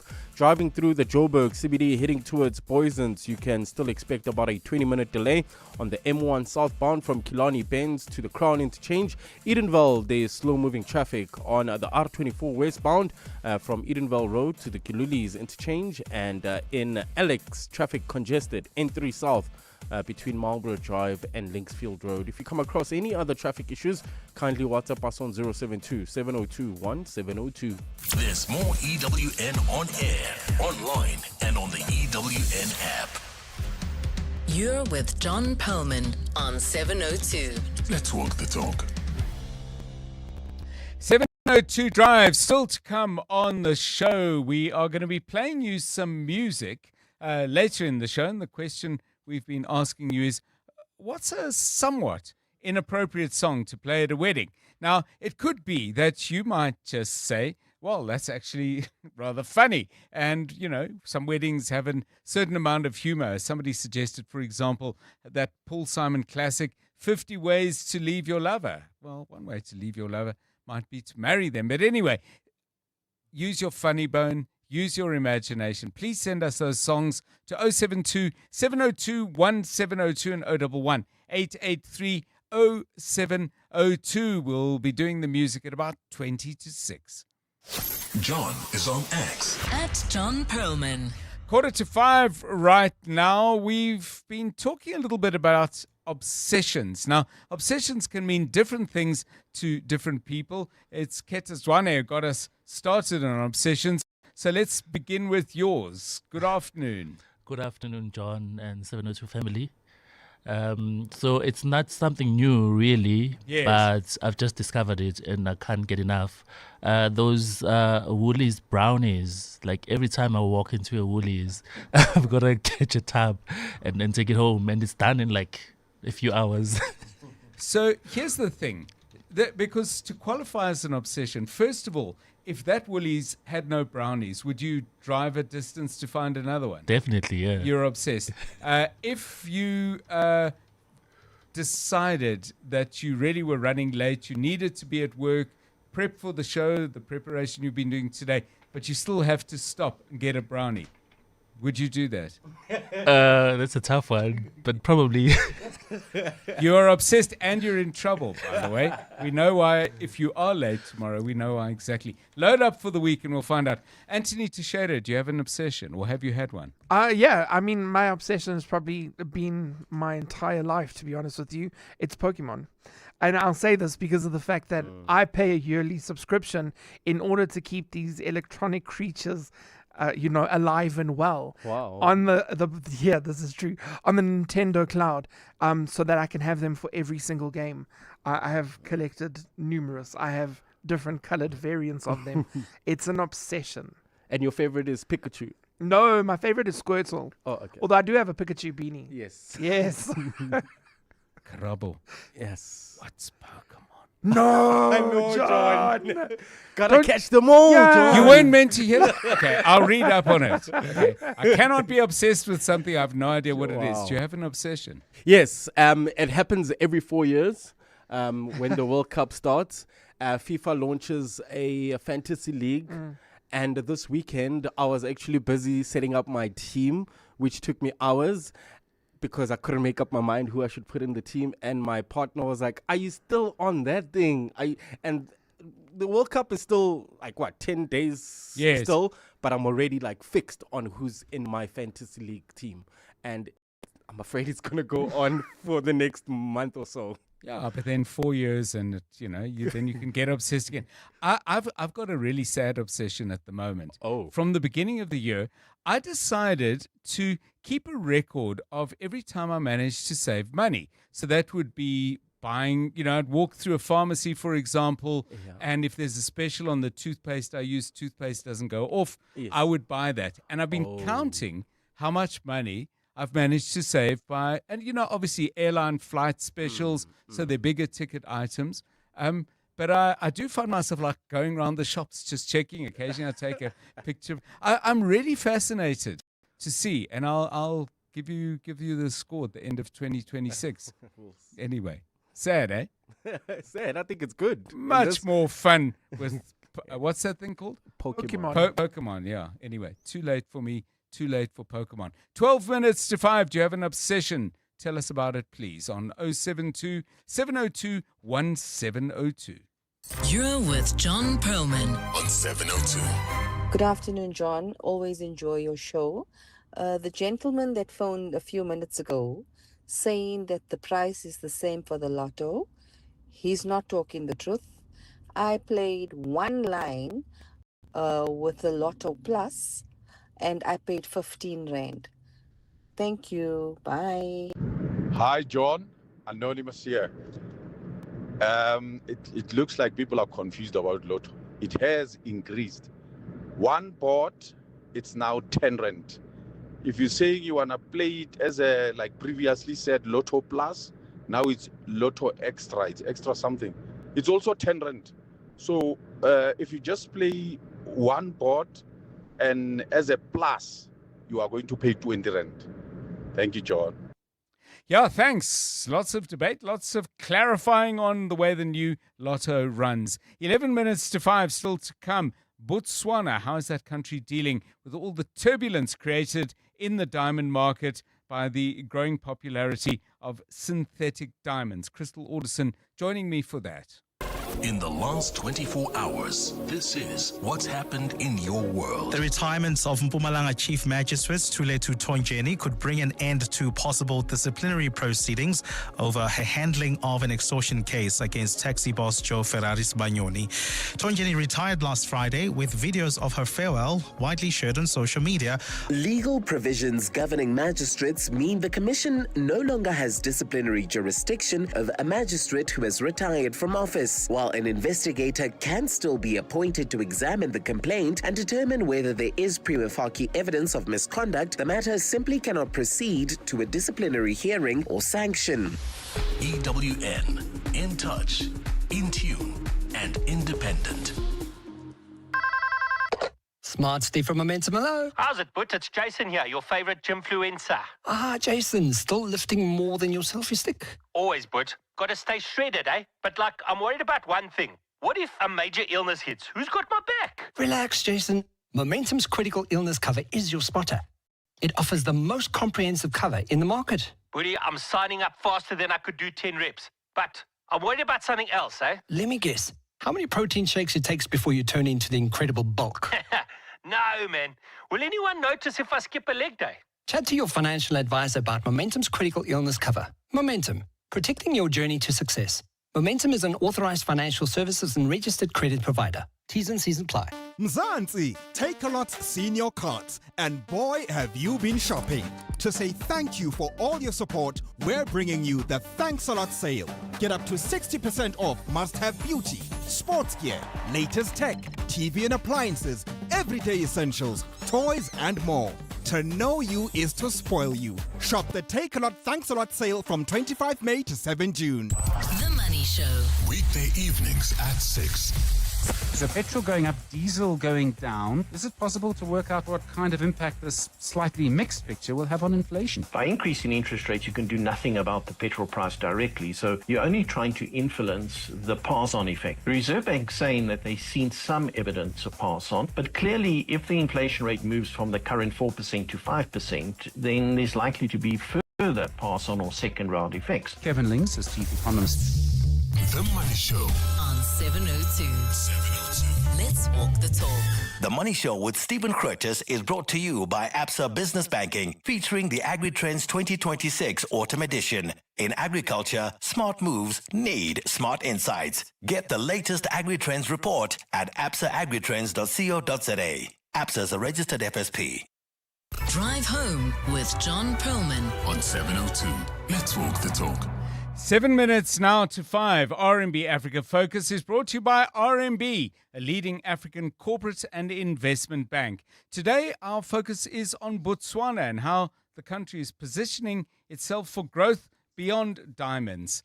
RMB Africa Focus is back for a 5th season to explore Africa's economic resilience and strategic role in global economies. Over the coming weeks, we'll look at how countries across the continent are sustaining momentum, unlocking opportunity, and positioning themselves in a continuously evolving global landscape. This week, the focus turns to Botswana. For decades, Botswana stood out as a standout success story and an exception to the so-called African resource curse. Botswana has successfully transformed its diamond wealth into economic and political stability, but that model is now under strain. As lab-grown synthetic diamonds, which now make up 40% of the global market for stones under 5 carats, disrupt global markets and reduce demand for natural stones, Botswana's economic model is under significant pressure.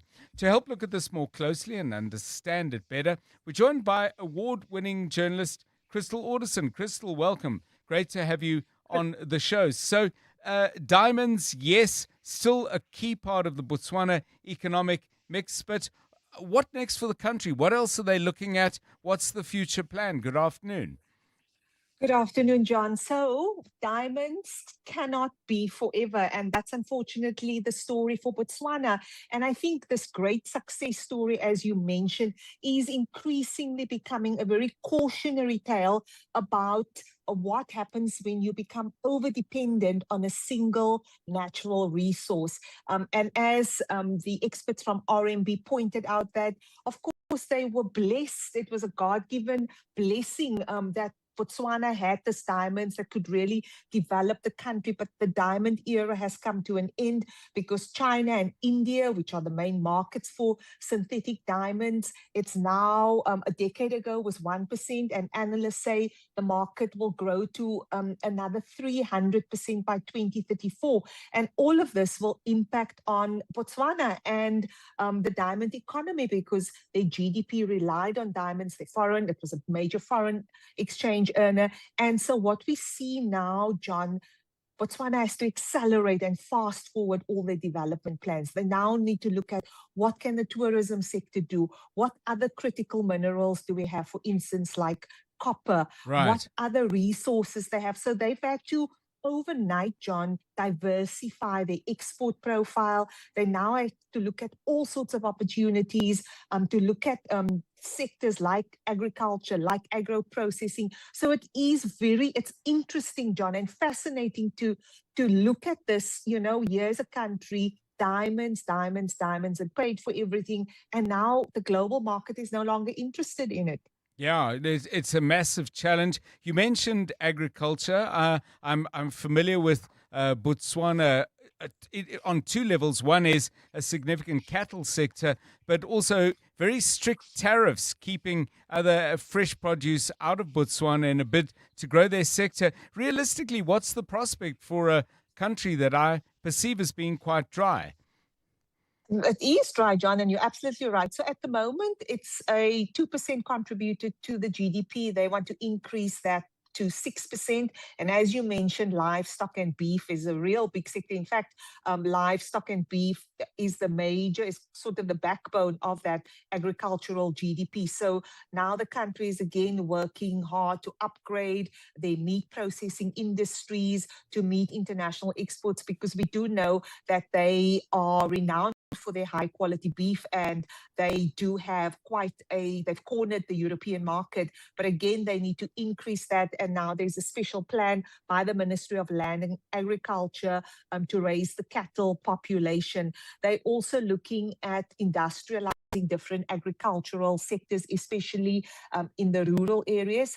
They're setting up special economic zones that the government will incentivize big farmers to invest in areas where there's not a lot of farming happening. Also support for rural areas so that you have more small-scale farmers to actually bolster the agricultural output. Right. They also have a program, a crop cultivation expansion program. But all of this, John, is again, for years, it was only diamonds and it was beef. And now Botswana, basically, they've had to fast forward everything just to keep up with what diamonds can no longer do for the economy. So, Crystal, I mean, when a country is contemplating fundamental economic changes, access to power is a critical factor in that. Botswana at the moment, a net importer of energy. What are people saying? What are the experts saying about what the country needs to do next? John, I think because when we suffered here with Eskom, it was a real big wake-up call for Botswana. So the Botswana Power Corporation have also now dealing with expanding their renewable energy footprint.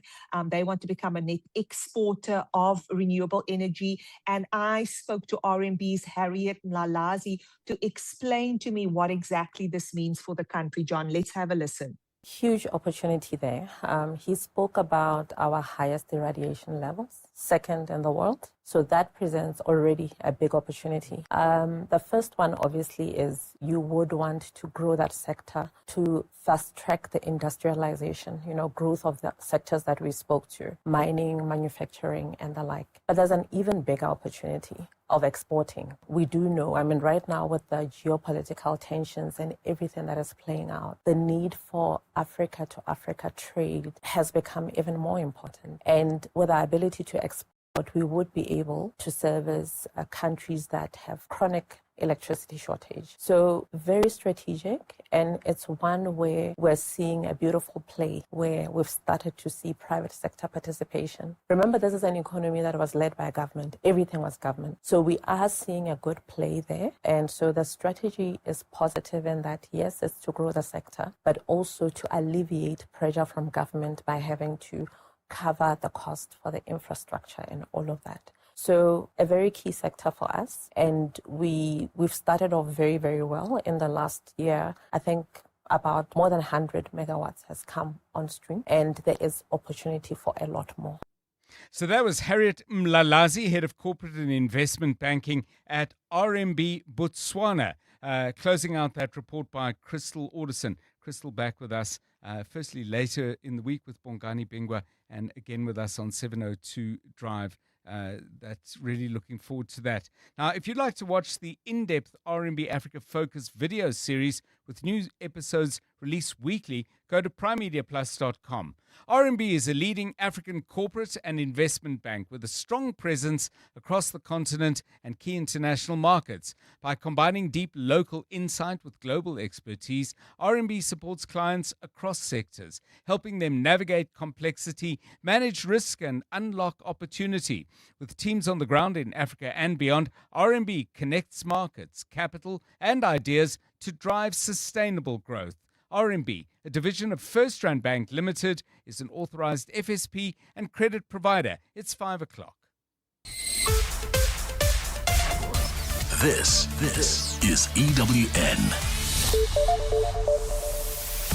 Some Western Cape schools ordered to close with severe weather expected tomorrow, and yet another vehicle recall, this time affecting some Hyundai Tucson's.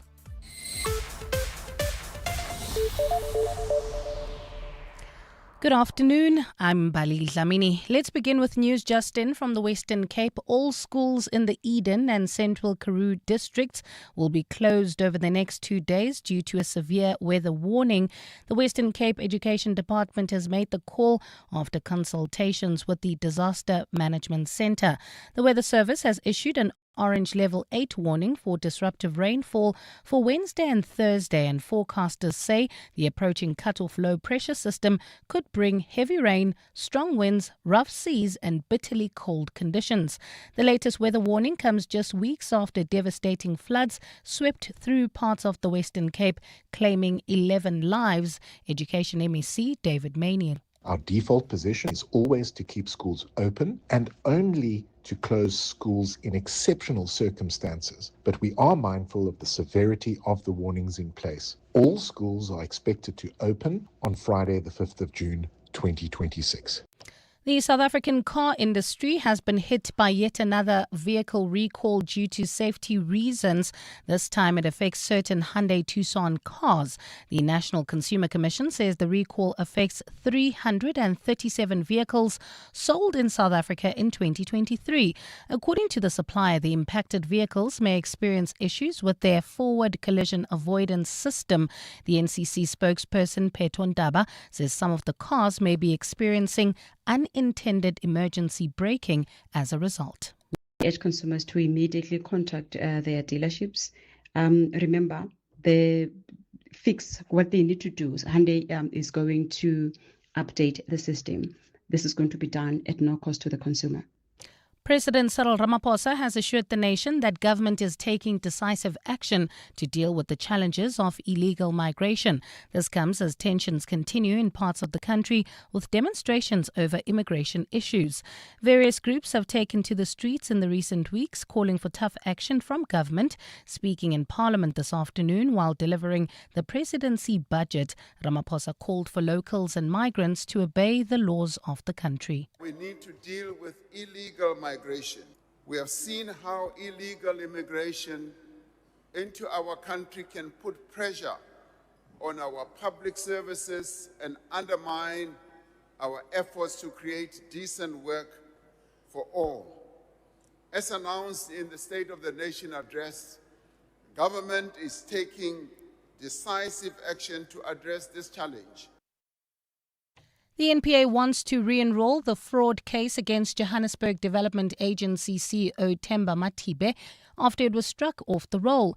Matibe walked free today after the Alexandra Magistrates Court denied the state's request for additional time to conclude investigations. He was arrested in January when police found a substantial sum of cash at his home. His case was linked to procurement irregularities at the Johannesburg Social Housing Company, where he previously served as chief operator. officer. Alfara Mushwana reports. The NPA was given 5 months to search the electronic devices of Johannesburg Development Agency CEO Themba Matibe and finalize its investigation. When the matter returned to court today, the state requested more time. However, Magistrate Reina Boshoff rejected the application and struck the case off the roll. It seems like we arrest first, then we do the investigation. And that's why I gave a long remand for the state, almost 5 months, to finish its investigation. But NPA spokesperson Abram Motlatlole says this is not the end. The NPA is working closely with the police to expedite the outstanding investigations following the decision of the Alexandra Magistrates Court. The NPA also says it's concerning that no formal inquiry was made to ascertain the reasons for the delays. Alfa Ramshwana, Eyewitness News. And Kenya's president has defended the opening of an Ebola quarantine center for U.S. nationals after a court halted that plan. The U.S.-built facility at Kenya's Laikipia Air Base was due to open last week to quarantine Americans arriving from the Democratic Republic of Congo, which is battling a major Ebola outbreak. The center was said to have 50 isolation beds and be managed by U.S. medical staff. Violent protests broke out near the facility yesterday amid anger at the U.S. using Kenyan soil and bringing Ebola patients to the country. The court says the government had several days to disclose all agreements related to the facility. Gold is trading at $4,501.06 an ounce. The rand is at 16.22 to the dollar, 21.86 to the pound, 18.89 to the euro, and Brent crude oil is at $94.92 a barrel. There's traffic pressure in Polzof on Witkoppen Road between Main Road and Stonehaven. If you're leaving Sandton heading towards Midrand at this stage, traffic is sluggish on the M1 northbound between Killarney Bends and the Batlu interchange, and there's also heavy delays in Lenasia. This is on the N12 westbound between the N1 and Klipspruit Valley Road. And in your sport, Alexander Zverev on the cusp of making the Roland Garros semi-finals as he's 2 sets to the good against Rafa Hyoda. Meanwhile, the Swiss Football Federation confirmed that Mbolo has been blocked from travelling to the US. And Malcolm Marks, the latest Springbok injury worry. A partly cloudy Wednesday in store for Gauteng tomorrow. Johannesburg drops to overnight lows of 7 degrees, peaking at 21. Pretoria 8 and 22, and Vereniging 3 and 20 degrees. The top story in EWN this hour: all schools in the Eden and Central Karoo districts in the Western Cape will be closed over the next 2 days due to a severe weather warning for that province. EWN, in touch, in tune, and independent. For the latest, visit ewn.co.za or download the EWN app. We're calling on Joburg to walk the inner city with us. In 702 Josie My Josie Walk the Talk. Babize bonke. Enter now on primemediaplus.com. 702. Drive home with John Perlman. John Perlman, 3 to 6 p.m. on 92.7 and 106 FM. Let's walk the talk. 702 Drive, it's 8 minutes past 5. You just heard that news bulletin from Mbali Dlamini. Huge weather problems down in the Garden Routes, as I mentioned earlier. If you live in that area and you're bracing yourself for another storm, please do give us a call. Now, you also heard an update on an important court case there from Alpha Ramoshwana. Can I just say that not only was Alpha reporting the news, but last night he was actually making the news. It was the occasion of the National Press Club Awards. Not one award for our Eyewitness News colleague, Alpha Ramoshwana, that for Best Journalist in the category of Radio News, but 2 awards. Best Journalist in the category Radio Features, Investigative Journalism and Actuality. Very, very proud of Alpha Ramoshwana shooting the lights out last night at the National Press Club Awards. 702. WhatsApp John on 072 702 1702. Yeah, and just to let you know what we're going to be doing in the next half an hour or so, we're going to be chatting to Andre Arendse. Now, there's been a lot, I think, of brushing over the significance of this visa debacle involving Bafana Bafana and the bungling on the side of the South African Football Association. Well, my understanding before a big tournament is that you plan every single day and you plan every single part of every single day. There are training sessions, there's media obligations, there's acclimatization, there is the medical team and the inputs that they need to make and the attention they may need to give particular players. We've already lost a day, Bafana Bafana that is, I speak of we because they play for us, and the assistant coach, Helman Mkalele, and the head of security, Mdu Mbata, who has a crucial role as well, they are going to miss a second day as well. What are the implications of that if you're planning for a big football tournament? Well, Andre Arendse was our goalkeeper in 1996 at AFCON, but crucially, he was our goalkeeper as well at the 2002 World Cup,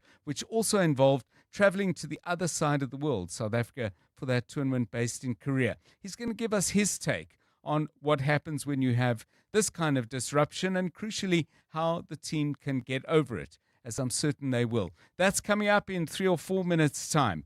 Please keep your voice notes coming on 072 702 1702. We do our best to bring you the news as soon as we get it, but there are many of you who hear about things that we don't know about, or perhaps things where we only have a partial picture. If you've got something to contribute to our understanding of the news, we'd appreciate it if you got in touch on 072 702 1702. Use that as well for your comments on the issues of the day. A lot of people with things to say about the new lotto prices and some responses to President Cyril Ramaphosa's speech in Parliament earlier.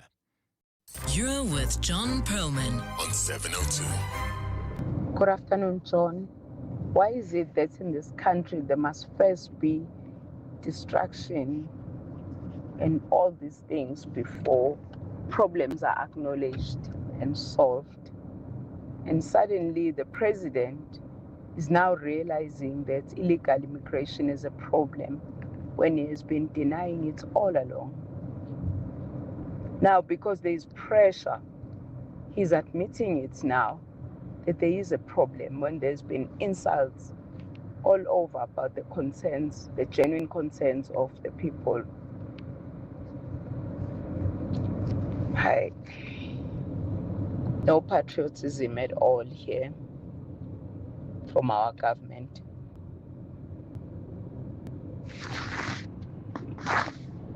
Hi, John. It's Manfred here. I think the new lotto that began, say, yesterday, there's greediness there. Greediness. Something needs to be investigated. Greedy. Aibo. You cannot increase by 50%. What's that? Something, or we boycott it. We need to boycott them. They're making a lot. They're killing. Now they want to keep on milking people. No. Something's not adding up. Thank you. Hey, John.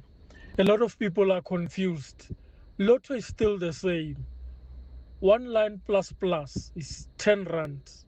It's Powerball that has changed. 1 line is 10 rand. I used to play 5 lines plus for 37 rand 50. Half an hour ago, same number of lines, I paid double the amount, 75 rand. Powerball has gone up. Lotto is still the same. They just changed the names of +1, +2. Mokoka here in Sandton. Thank you, bye. Yeah, thanks for all of those. I don't play the lotto, so I'm in no position to add some clarity. I just want to respond to DW, though, who says, you, 702, keep putting car recall ads in the news. You should disclose that it's paid for content. If it is, doesn't seem newsworthy to me. Let me clarify a couple of things quickly. It's not paid for content. This is what we call public service journalism, and it is newsworthy because virtually all of the recalls involve some safety element. So this is not to facilitate and ease the transactions between vehicle manufacturers and their customers. It is to alert people who own a particular kind of vehicle that the vehicle they're driving may be unsafe. So we have been doing it in that spirit. We will continue to do it in that spirit because we think it's important. And just to repeat, no, it's not paid for content at all. It's 5:15. EWN Traffic. This EWN Traffic is brought to you by Outsurance. SMS out to 45142 now, and you could save on car insurance. If you don't, ask them for 500 Rand. If you're out in Paulshof, you need to listen up. Karabo.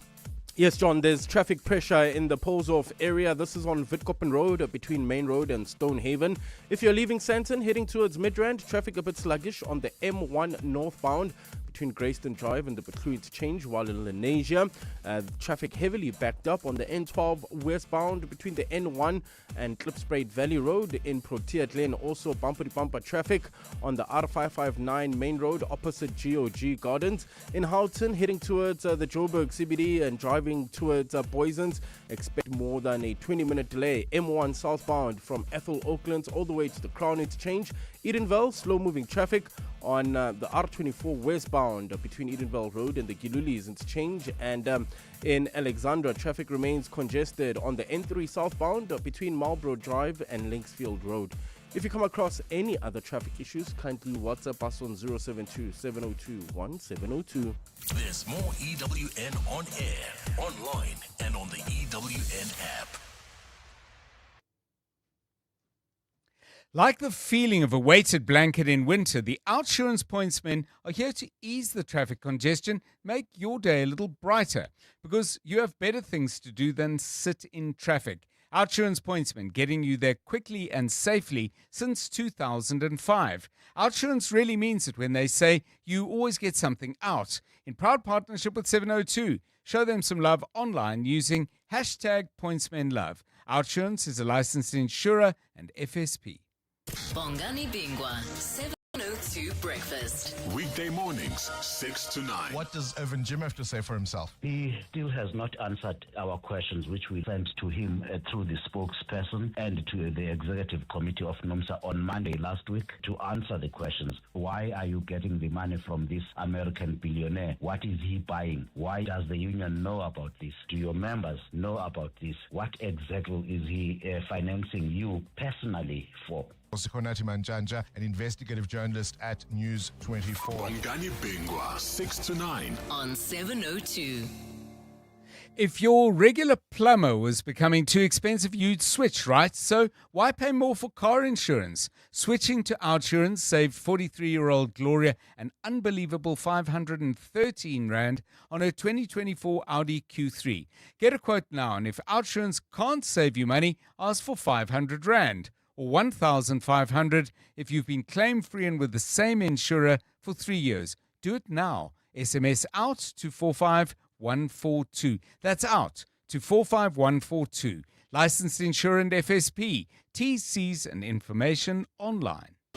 Saddle up. Hollywood Bets invites you to join the race day festivities this champion season. The 2026 Grade 1 Hollywood Bets Gold Challenge kickstarts the action. Gallop towards your chance to win a share of 2.5 million Rand in cash and prizes with the thrilling Season of Champions competition. Bet 50 Rand or more on horse racing online or at your nearest branch and put yourself in the running for gold. Bet now. T's and C's apply. Hollywood Sportsbook is a licensed betting operator. No persons under the age of 18 years are permitted to gamble. Winners know when to stop. South African Responsible Gambling Foundation toll-free counseling line 0800 006 008 or WhatsApp help to 076 675 0710.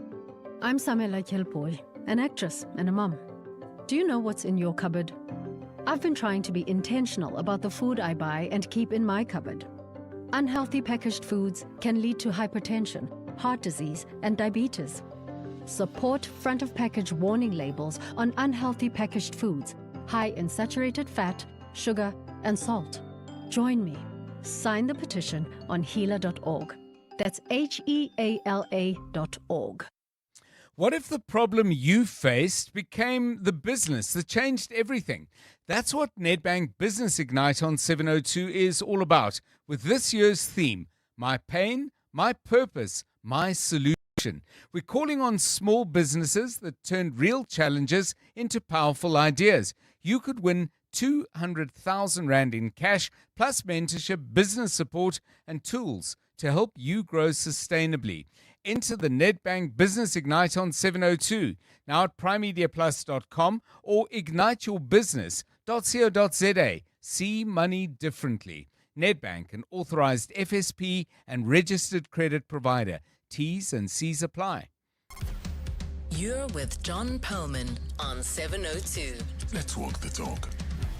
Well, let's focus our attention now on sport. But of course, the World Cup is always more than just sport, I think it's fair to say. The good news is that the bulk of the Bafana squad, not just players, of course, but support staff, is now in Mexico and getting ready to do what they have to do ahead of the World Cup opening match in Mexico City at the legendary Azteca Stadium against one of the hosts, Mexico. The bad news is that 2 people didn't make it onto that flight. Crucially, assistant coach Helman Mkalele and head of security Mdu Mbata. Easy to say, well, what's a day here, what's a day there? My understanding, though, of preparation for big tournaments is that every day counts. Every half a day counts. In fact, every hour is essential as you get ready to face the world's best. Well, someone who knows all about preparing for big tournaments is my guest. Andre Arendse was part of the 1996 squad that won the African Cup of Nations right here at home. But it's his experience at the 2002 World Cup where, once again, Bafana had to travel literally to the other side of the world to take part in the world's premier football tournament. Andre, welcome, and thanks very much for giving us your time. I'm assuming that even before you leave, you've got a pretty fair idea of schedules, planning, things that are set up literally for every day before the whistle blows on your first match. Am I over imagining it, or is it as meticulously planned as I'm suggesting? Yeah, good afternoon, John. Yeah, no, 100%. The schedules would have been put in place a long time ago. Obviously, from a coaching perspective, there are certain training sessions that you need to get through in a build-up to, let's say, your opening game of World Cup, and as they're facing the host Mexico coming up in their first game. So there are certain schedules that you have to adhere to and are very critical, especially from a player's perspective.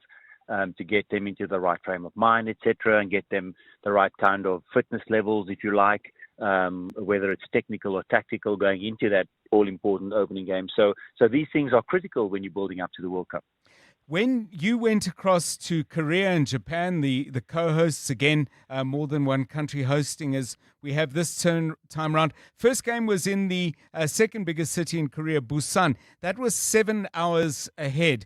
Give us a sense of what it's like for an elite athlete like you guys were and like this group of Bafana players is now, of having to make those time zone adjustments. I mean, it's bad enough if you're a tourist. 100%. It's quite testing and exhausting if you don't do it properly. So when you're building up to a major tournament like the World Cup, so if I go back to 2002, what we did was en route to Japan, Korea, we had a stop of, let's say, in Hong Kong, for example, and we played in a little 4 nations tournament there. Scotland were in that tournament as well. Turkey were in that tournament. Turkey, in fact, went on to finish in 3rd place in that tournament at that time. So we stopped off there just in terms of getting used to altitude, getting used to conditions as you travel along, and also getting the necessary game time that players need in light of building up to the tournament proper. So those things are important, and you have to get it spot on when you're dealing with things like altitude, for example, conditions, how long you get to that specific country for, and how long you train in that specific country for in the build-up to your first game.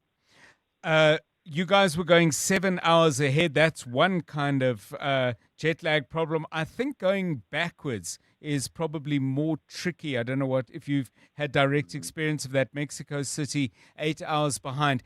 The importance of the assistant coach, Andre. Let's move into the specific problem they're dealing with now. Helman Mkalele has more than proved his value since being taken onto the Bafana national squad team in May 2021.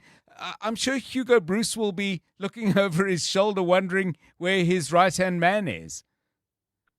Yeah, 100%. And you've also got to be careful of the spin-offs of that, because Helman is essentially going to be running training sessions alongside Hugo Bruce.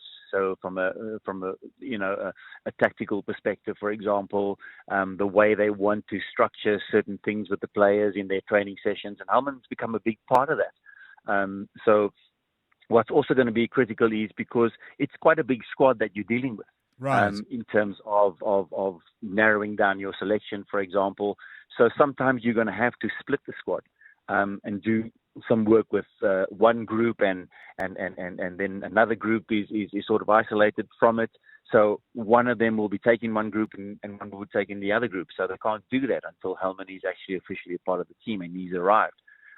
So those are things that also could just, set back your preparation, for example, and also it all becomes a mental thing in the end. Yes. So you want to keep everything together, you want to keep everyone together, and everybody's working to that same goal, because the stage is so big that you have to be together in your preparation for it. Yeah, I mean, Andre, how do you understand what's happened? I mean, this is not the first time people have, looked at SAFA and said, "What exactly are you doing here?" And there's almost the danger that we might say, well, like, here we go again. But surely getting these travel arrangements, I realize it's onerous and meticulous work, but it is work for which people are paid. It's certainly not complicated. Yeah. Well, John, I suppose we can sit here and call people out, but yes, I think we've got to focus on what is needed. Right. And what is needed is for the pressure to be taken away from the squad. Mm-hmm. So they've literally got to put everything else aside, get rid of the noise, focus on the training, prepare for the game. And I think that's ultimately the most important thing. But we've got to make sure that the players come first. And like I say, the game is on our doorstep. Right. We've just got to focus all our efforts, and these things have got to be ironed out on a different level and a different time. Yes. But we have to keep all the noise away from the players going into this all important game. No, and that's a fair point, and I take it well. I mean, Andre, just finally, shutting out noise, dealing with, I would imagine, a fair amount of downtime, maybe even boredom. Life in a camp when you're waiting for a first World Cup game. I mean, what's the bit? Every player is different. Players, have friendships as well, which are probably crucial as well. But in general, if players had come to you and said, listen, man, there's a lot of downtime here, what's your advice? What would be your advice? Yeah, there will be some downtime. There's no doubt about that. Obviously, the focus is going to be very high at the moment going to the first game. So everybody's going to be centered. There are going to be nerves flying around. It's the biggest stage in world football. We're going to open up the tournament. Yes. Everybody's going to be watching. Players' futures are at stake, for example, playing on a big stage like that. So there's going to be a real buzz going to the first game. Once that's over, players are going to experience a bit of downtime. So what the players will be doing is they'll be focusing on opposition teams, having a look, getting together, watching what they potentially could be coming up against. Right. But I think when there are no games at any given time during the World Cup, players will stick together. They'll do things together. I don't know whether it's playing cards or whether it's having some fun games, that type of thing on the training ground. It's a good opportunity for players to do that. The more you get to know each other away from the actual game, training sessions, that type of thing, it settles the nerves, it calms them, it puts them in a good space.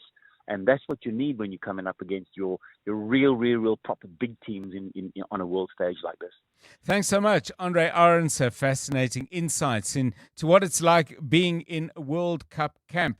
Hopefully, the last two members of the Bafana squad will make it there safely. Obviously, they couldn't travel on the same charter as the rest of the squad and support staff who flew out, but at least they are on their way with visas. So the sooner everything settles down and the preparations for that huge match on June 11th against Mexico, as soon as those preparations get underway in earnest, the better. 29 minutes past 5. EWN Business. Stephen Curtis, a very good afternoon to you. Last time we spoke, things were going well. I don't think there was enough time for anything to massively change, but how did we close? Better, John, for reasons that have nothing to do with us. Good evening. The JSE All Share up 1.76%, 114,006 points. Financials are down 0.24. Industrials are up 3.11. I'll explain why in a moment. And resources up 2.68%. Okay, two big things happened. The first is that Naspers and Prosus are up quite dramatically. Naspers up over 10%, Prosus up over 8%. They own, as you know, John, a third of WeChat in China. Lots of reports today that WeChat has sort of started the regulatory filing to launch an AI sort of bot on its service, which will be hugely popular in China, one presumes. And so the value of that's gone up, and so the value of the owners has gone up. Just before the close, Greencoat Renewables, now they're a company that were traded on the LTX. They've moved to the JSE main board, I think, last year. They provide a sort of carbon-free power for companies in Europe. They're up 23.5%, and there'll be a currency fluctuation in this, I'm sure, because of the way that these things move. ASP Isotopes is also up 7.19%, and then Pick and Pay up 5.33. Good news for them. Glencore also up 4.5%, and one or two of the miners doing nicely. Anglo's up 5.18. This came down 4.91% on the day. They have had a rough time after their results came out on Friday. British American Tobacco down nearly 5%. They expect the global cigarette industry to decline in volume by 2.5% in their current financial year. Did say today they're making more money from nicotine patches and the Vuse vaping devices. Telkom, their headline earnings per share up 21.5% in the year to the end of March. We'll speak to their CEO on the Money Show this evening. And then Bidcorp, the International Food Services Group, also having quite a strong update, saying headline earnings per share were up over 7% in the 6 months to the end of April. Momentum is down 2.34 after their big gain yesterday. Tungela is down 1.74. Mr. Price is down 1.6. In the US, markets moving up despite record-breaking records yesterday. The Dow Jones is up 0.27. The Nasdaq is up a quarter. The S&P 500 also up 0.25% at the moment. The gold price $4,504.63 an ounce. Platinum $1,946.76. Brent crude $94.62. The rand to the dollar 16.22 to the euro, 18.88 to the British pound, 21.86. On the Money Show tonight, we'll talk Telkom. We'll talk a little bit more about that cryptocurrency ruling yesterday, that crypto is both money and capital. We will talk also about how our companies are being hacked, and then this astonishing battle over weight loss drugs between Novo Nordisk, which of course is the big pharmaceutical company which produces them, semaglutide, you know the one, semaglutide, and then the South African company Idexis, which is a compounding pharmacy. They've denied wrongdoing, but both SAPRA and Novo Nordisk having big issues with them. We'll speak to SAPRA this evening. Stephen Curtis, EWN Business. Thanks, Stephen. 28 minutes now to 6 o'clock. Latest news with Mbali Dlamini, starting down in Parliament. Good afternoon. Thanks, John. Good afternoon. President Cyril Ramaphosa has urged South Africans to buckle up and prepare for tougher economic times, saying global developments beyond government's control will slow down gains. Delivering the budget for the presidency in the National Assembly this afternoon, Ramaphosa says the government has made gains in inviting investment to the country and improving its international credit rating. But he says the Israel-US war on Iran is likely to continue having a knock-on effect on cash-strapped South Africans. Lindsay Dentlinger reports. President Cyril Ramaphosa has provided Parliament with a status update on promises made in the State of the Nation address. He says the presidency is not an implementing department, but one meant to give strategic direction and to play a coordinating role to ensure service delivery. Ramaphosa says the presidency's sixth investment drive has yielded pledges worth 890 billion rand, many from domestic investors that will help to create more jobs. When local investors show confidence in the prospects of the economy of our country, international investors follow suit. But Ramaphosa has cautioned that investment does not translate into economic growth and jobs overnight, and the global oil and fertilizer crisis will further delay progress to stimulate the economy. We should anticipate that conditions will be difficult for the next while for our economy. Ramaphosa says despite the global economic turmoil, he remains concerned about the spike in unemployment. Lindsay Dentlinger, Eyewitness News, Parliament. Western Cape Police have urged the public to refrain from sharing unverified information amid ongoing tensions in Mossel Bay. It follows a statement by the Mozambican government that 5 of its citizens were killed in xenophobic attacks in the Garden Route town at the weekend. Police have dismissed those reports, insisting that the number of migrants who died is still at 2, with a South African teen also killed. About 55 shacks were set alight during the violence on Friday evening, allegedly by a group of people protesting against undocumented migrants. Police say they are investigating all 3 killings. Hundreds of foreign nationals have since left the Mossel Bay area, while others are being accommodated at a place of safety. Provincial Police Commissioner Thembisile Pategile visited the community today and says police remain on high alert to restore calm and maintain order. As SAPS, we wish to reiterate our stance on respecting the rights of citizens to protest. However, those who embarked on such action have to carry their terms within the confines of the law. No acts of violence or intimidation or incitement of violence would be tolerated. And a 2016 decision by the Serbian government to ban protest against a visit by China's President Xi Jinping continues to draw mixed reactions. The European Court of Human Rights has now weighed in, condemning that decision. The Serbian-Chinese Friendship Association approached the court after being prevented from demonstrating in 2016. The group's demonstration was in support of the spiritual movement Falun Gong, which is banned in China. The demonstration was banned as a threat to public order, but the court ruling says that the motive was speculative and that Serbia violated Article 11 of the European Human Rights Convention. A partly cloudy Wednesday in store for Gauteng tomorrow, lows of between 3 and 8 degrees and highs of between 20 and 22. In Polshof, there's traffic pressure on Witkoppen Road between Main Road and Stonehaven, while in Bryanston heading towards Fourways, bumper-to-bumper traffic on the N1 southbound between the Petru Interchange and Winnie Mandela Drive. There's also slow-moving traffic in the Fourways area on Winnie Mandela Drive between the N1 and Witkoppen Road. The top story in EWN, President Cyril Ramaphosa has urged South Africans to buckle up and prepare for tougher economic times, saying global developments beyond government's control will continue to slow down gains. Aubrey Masango. Weekday evenings, 8 to midnight. Where is the initiative at this point in the fight against FMD? We've vaccinated between 3.3 million, much less than what we need to do of the 24 million doses that we need to get done by the end of the year. We are not close to getting herd immunity. The man is delusional. He's sitting with an excess of 10 million doses of vaccines in fridges. Francois Rousseau is the CEO of the South African Agriculture Initiative. Aubrey Masango. 8 to midnight on 702. 702.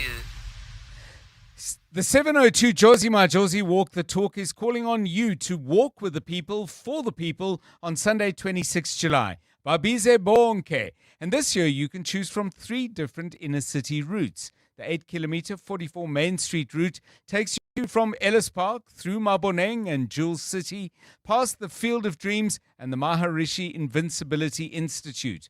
You then go through the Main Street precinct, Gandhi Square, and past the Carlton Centre, finishing off at Ellis Park. So whether you're taking on the 8K, 5K or 15K walk, enter now on primemediaplus.com and get ready for the 702 Josie My Josie Walk the Talk, hosted by the City of Johannesburg.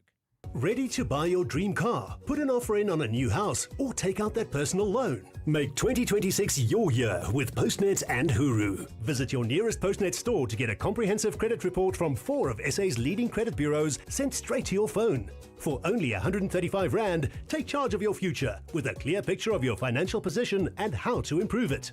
Why second guess your credit rating when you can be certain? Get your Huru and Kudo credit report at Postnet today. Postnet, helping you succeed. Doing your famous through meetings, in traffic, at the store. Don't let seasonal hay fever get in the way of a better you. Unite against allergies with Demazin once a day, providing 24-hour non-sedating relief from symptoms like a runny nose, sneezing, and itchy red eyes. Demazin gets it done. Speak to your pharmacist today about Demazin once a day. Drive home with John Perlman on 702. Let's walk the talk. 702 Drive. Okay, let's do what we did yesterday. Thanks to My Way, we are able to, in some way, try and respond to the huge pressure that rising fuel prices have put up. My Way is giving away today, right now, on 702 Drive, a 5,000 Rand fuel voucher that you can get by doing this. Now, to do this that I'm about to explain, you need to listen to this. I traveled each and every highway and more, much more than this. I did it my way. My way, live your way. And now we want you to not quite sing your way. We want you to sing those 3 lines. I've traveled each and every highway and more, much more than this. I did it my way. But sing it as if you were an opera singer. Do us a voice note. Send it to 072 702 1702. If you do it your way well enough, who knows, you might win that 5,000 Rand fuel voucher. Go on, give it a go. EWN Sport. Anthony Teixeira, very good afternoon to you. Tennis underway. What's happening? Yeah, good afternoon, John. That's right. We start with Roland Garros, where Alexander Zverev is through to the semi-finals as he continues his pursuit of a maiden Grand Slam title.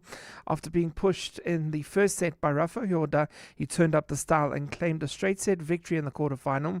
Still to come, Jakub Minsic up against João Fonseca this evening, while Marta Kustyuk and Mira Andreeva won their quarters to set up a semi-final showdown. The Swiss Football Federation confirmed that forward Breel Mbolo has been blocked from travelling to the United States for the World Cup with his teammates due to a problem with his visa. Initially, he had been approved to travel. However, this morning his application had been placed under further review, with the Federation still not aware as to why that is the case. Switzerland will be starting their campaign June 13th against Qatar. In rugby, Springboks have a 15-player-strong injury list, and that could be growing. Reports suggest that reigning World Rugby Player of the Year Malcolm Marx is the latest worry after he was forced off at halftime this past weekend. The exact nature of his injury remains unclear. However, the hooker was spotted wearing a sling after that match. Meanwhile, Ospreys revealed losses of £1.8 million in their latest accounting period. It's a turbulent season for them so far, as that was announced back in October that the Welsh Rugby Union were looking to cut one of their 4 professional clubs. And in cricket, the ICC approved a trial of pink balls for the use in order to combat lost play due to bad lights in test matches. Since 2015, pink balls have been used in day-night tests, but have never been interchangeable with the traditional red ball. No confirmation when it will be implemented or the length of trial for this. This trial. What we do know is that both teams involved in a test match would have to give prior agreement in order for the ball to be used. Anthony Teixeira, Eyewitness News Sport. EWN Traffic. At 17 minutes to 6, let's update you on how things are out on the roads. If you're heading in the direction of Bryanston in particular, you need to listen quite carefully to Mr. Charlie. Thanks, John. Well, at this stage, yes, bumper-to-bumper traffic. This is driving through Bryanston, heading towards Four Ways on the N1 southbound from the Between Change to Winnie Mandela Drive. Also in Four Ways, slow-moving traffic on Winnie Mandela Drive between the N1 and Witkoppen, while in Polshof, there's traffic pressure on Witkoppen Road between Main Road and Stonehaven. If you're leaving Sandton heading towards Midrand, traffic remains sluggish on the M1 northbound from Greyston Drive all the way to the Baclue interchange. Lenasia traffic also heavily backed up on the N12 westbound between the N1 and Klipspruit Valley Road. In Houghton, driving through the Joburg CBD, expect more than a 20-minute delay on the M1 southbound between Ethel Oaklands and the Crown interchange. If you come across any other traffic issues, kindly WhatsApp us on 072-702-1702. There's more EWN on air, online, and on the EWN app. You're with John Perlman on 702. Let's walk the talk. Okay, we're going to get to some music in a moment, but there's been quite a lively debate, and I think it's fair to say a degree of confusion about what exactly it costs to buy tickets in the new lottery, which has moved from its previous operator to its current operator, Sizekaya. Fundi Sitebe is Chief Operating Officer at Sizekaya and called in to offer some clarity on how exactly the pricing works. Very good afternoon to you, and thanks so much for giving us your time. If, as briefly and clearly you can, please clarify for our listeners what it actually costs to play the lotto with Sizekaya. Good afternoon to you. Good afternoon, John, and thank you so much for the opportunity to be able to clarify. So I'm going to do it as quickly as possible because I understand a lot of your listeners probably want to play the whopping jackpot of 240 million rands this evening. So the one main change is Powerball is at a new price and it is now 10 rands. Okay. So that price has changed. The second thing that has changed is just the name. Previously, there was Powerball, I can't remember, but we now call it Powerball Extra, and that is now costing 5 rands. So Powerball before used to be 5 rands, it's gone up to 10, and then Powerball Extra, new name, and it's now gone up to 5 rands. It's important, John, to note that this is the only change in terms of pricing that has happened with the Powerball. However, I also want to emphasize that the odds of Powerball have actually also gotten better by 30%. You now choose from your first 5 numbers, you choose between 1 and 50. That's now decreased. I think previously it was up until 54.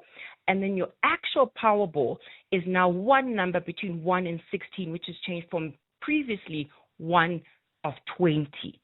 So that is the main change of the Powerball in a nutshell. Okay, Powerball 10 Rand, Powerball Extra 5 Rand, and on Powerball the numbers have gone down from 16 to 10, and on Powerball Extra they have been reduced as well. I think we've got it. Thank you. Fundi Sitebe is Chief Operating Officer at Sizekaya. Okay, 702 Drive. It's now 13 minutes to 6.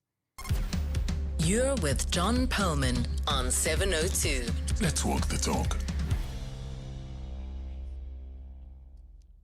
Okay, so quite a few of you have already entered singing the Frank Sinatra classic, My Way, in operatic style in a bid to win 5,000 rands worth of fuel, courtesy of My Way. Let's see how people did. 702. WhatsApp John on 072 702 1702.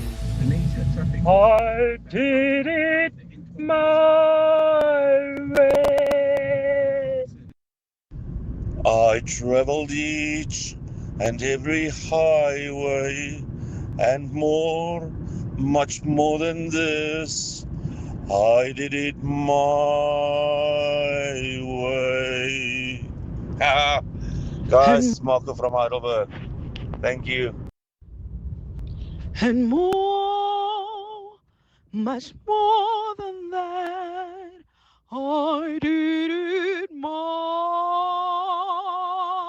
way.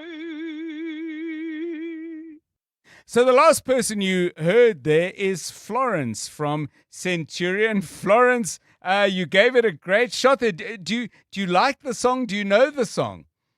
Oh, yeah, I know the song. We used to sing it in primary school in grade 7. Okay, but not like that. Anyway, I suppose you had a chance to have some practice and draw on some muscle memory. Florence, I hope that together in partnership with My Way, we've made your Tuesday, because you are going to enjoy a 5,000 Rand fuel voucher.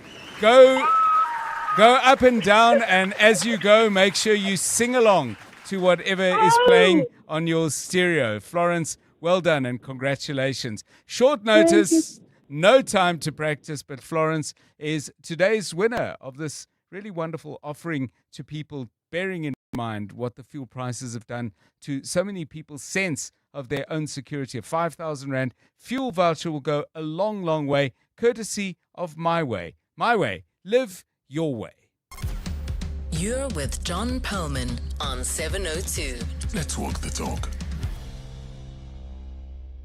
Okay, so let's stay with music. We're not going to need you to sing at the moment, although you're always welcome to. But we asked what song might be somewhat inappropriate to play at a wedding. I must tell you, we've been getting fantastic suggestions. This is where we started off, though. This was the song we thought probably not the very best, although, as I said at the time, some of you might think this is actually perfect. Either way, take a listen.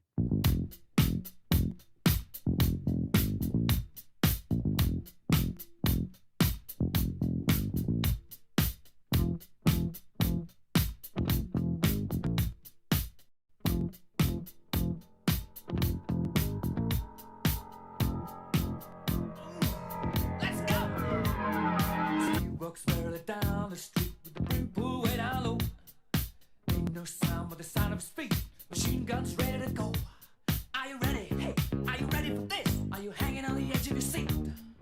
Out of the doorway, the bullets rip to the sound of the beat. Yeah. Another one bites the dust. Another one bites the dust. And another one gone. And another one gone. Another one bites the dust. Yeah. Did not play that at my wedding, I have to say. Okay, songs somewhat inappropriate for playing at a wedding. Keep those coming, please. We'll come back to your suggestions in a moment.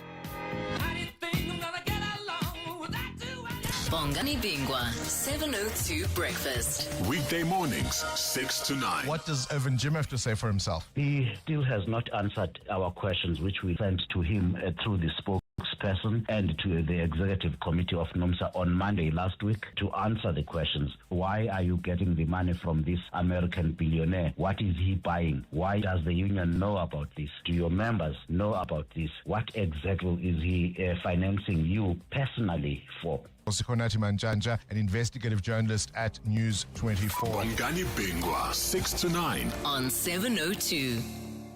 Get ready for a bigger and better Lotto National Lottery. This Tuesday, you have a chance to win a massive estimated 226 million Rand total Powerball jackpot. That's 226 million Rand that could change your life instantly. Watch it live Tuesday, 2nd of June at 9 p.m. You could become SA's next multi-millionaire. Yes, you. The National Lottery. More plays, more chances, more millions. Players must be 18 years or older. Play responsibly. The National Lottery is officially operated by Sizekaya. Let's hear from Dr. Armand, owner of Monument Dental, why it pays to switch to OUTsurance Business Insurance. It was one call and I was covered immediately. We are very happy with the premium we're paying. I wish I did it sooner. For dentistries, general medical practices, and all other businesses, get a quote today and see why it pays to switch to OUTsurance Business Insurance. Visit outsurance.co.za or call 08600 60,000 today. Licensed insurer and FSP. TCs and information online.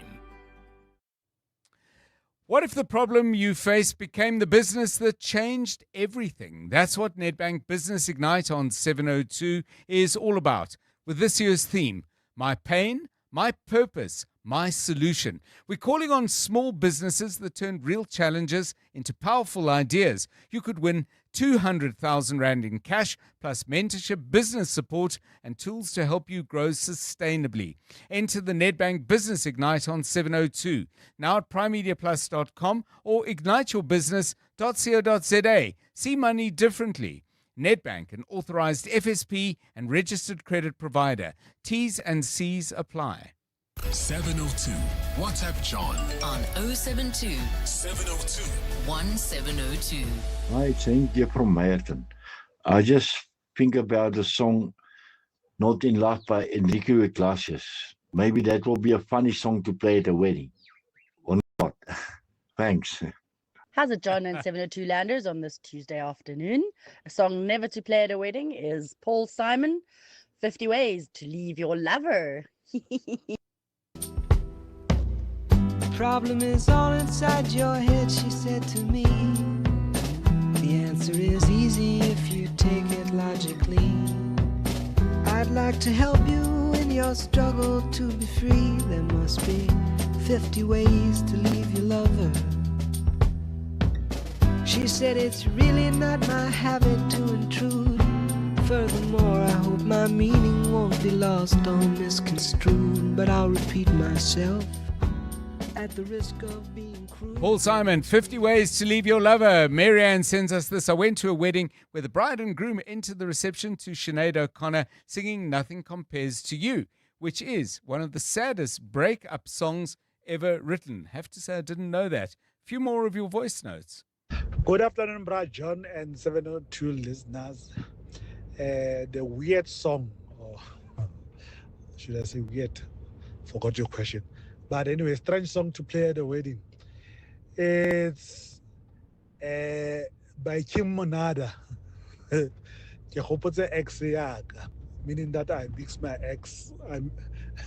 Meaning that I miss my ex. That's a weird song to play at a wedding. You'll be killed. Sharp, sharp.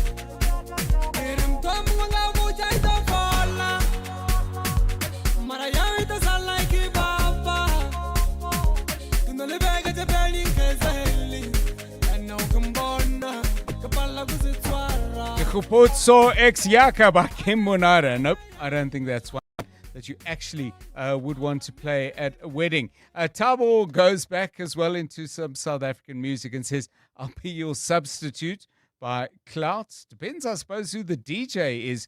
Take Time to Know Her. Mase Kupotso says, Take Time to Know Her by Percy Sledge. I don't know the song and I don't know the lyrics on that one. GM, don't play Jay-Z's Girls, Girls, Girls. I think that's probably correct. Again, you know, some people do have a sense of humor, but maybe not at a wedding, eh?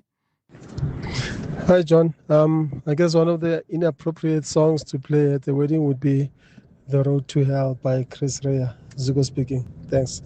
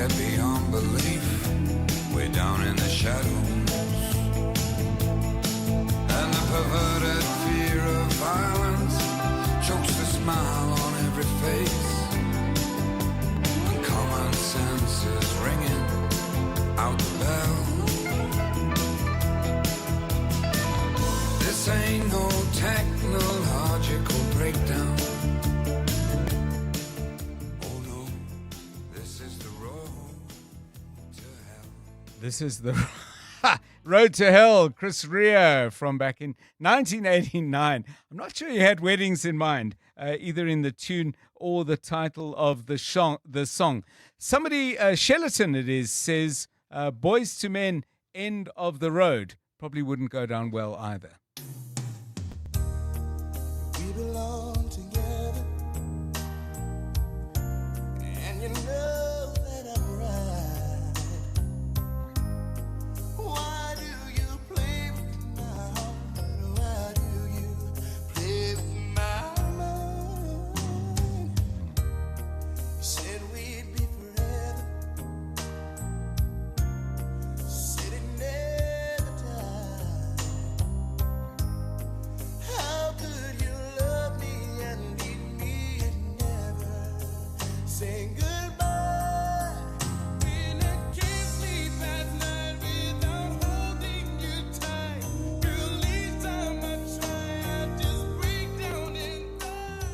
Just to expand your Not My Wedding playlist, should you be planning to compile one, Renee contributes, the worst song to play at a wedding is To All the Girls I've Loved Before by Willie Nelson and Julio Iglesias. Yeah, no, I think avoid that one. Cassel says if you want to be happy by Dr. Victor, probably avoid it altogether.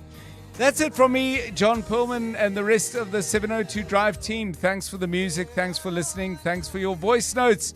Thanks for just being around as we bring you the show. We'll be back at the same time at 3 o'clock tomorrow. Have a great Tuesday. Good night.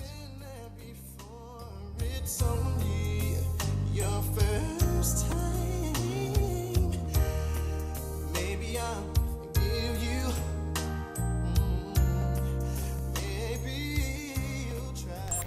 And now, The Money Show. With Stephen Grootes, live on 92.7 and 106 FM. Streaming on the Prime Media Plus app. And DSTV channel 856.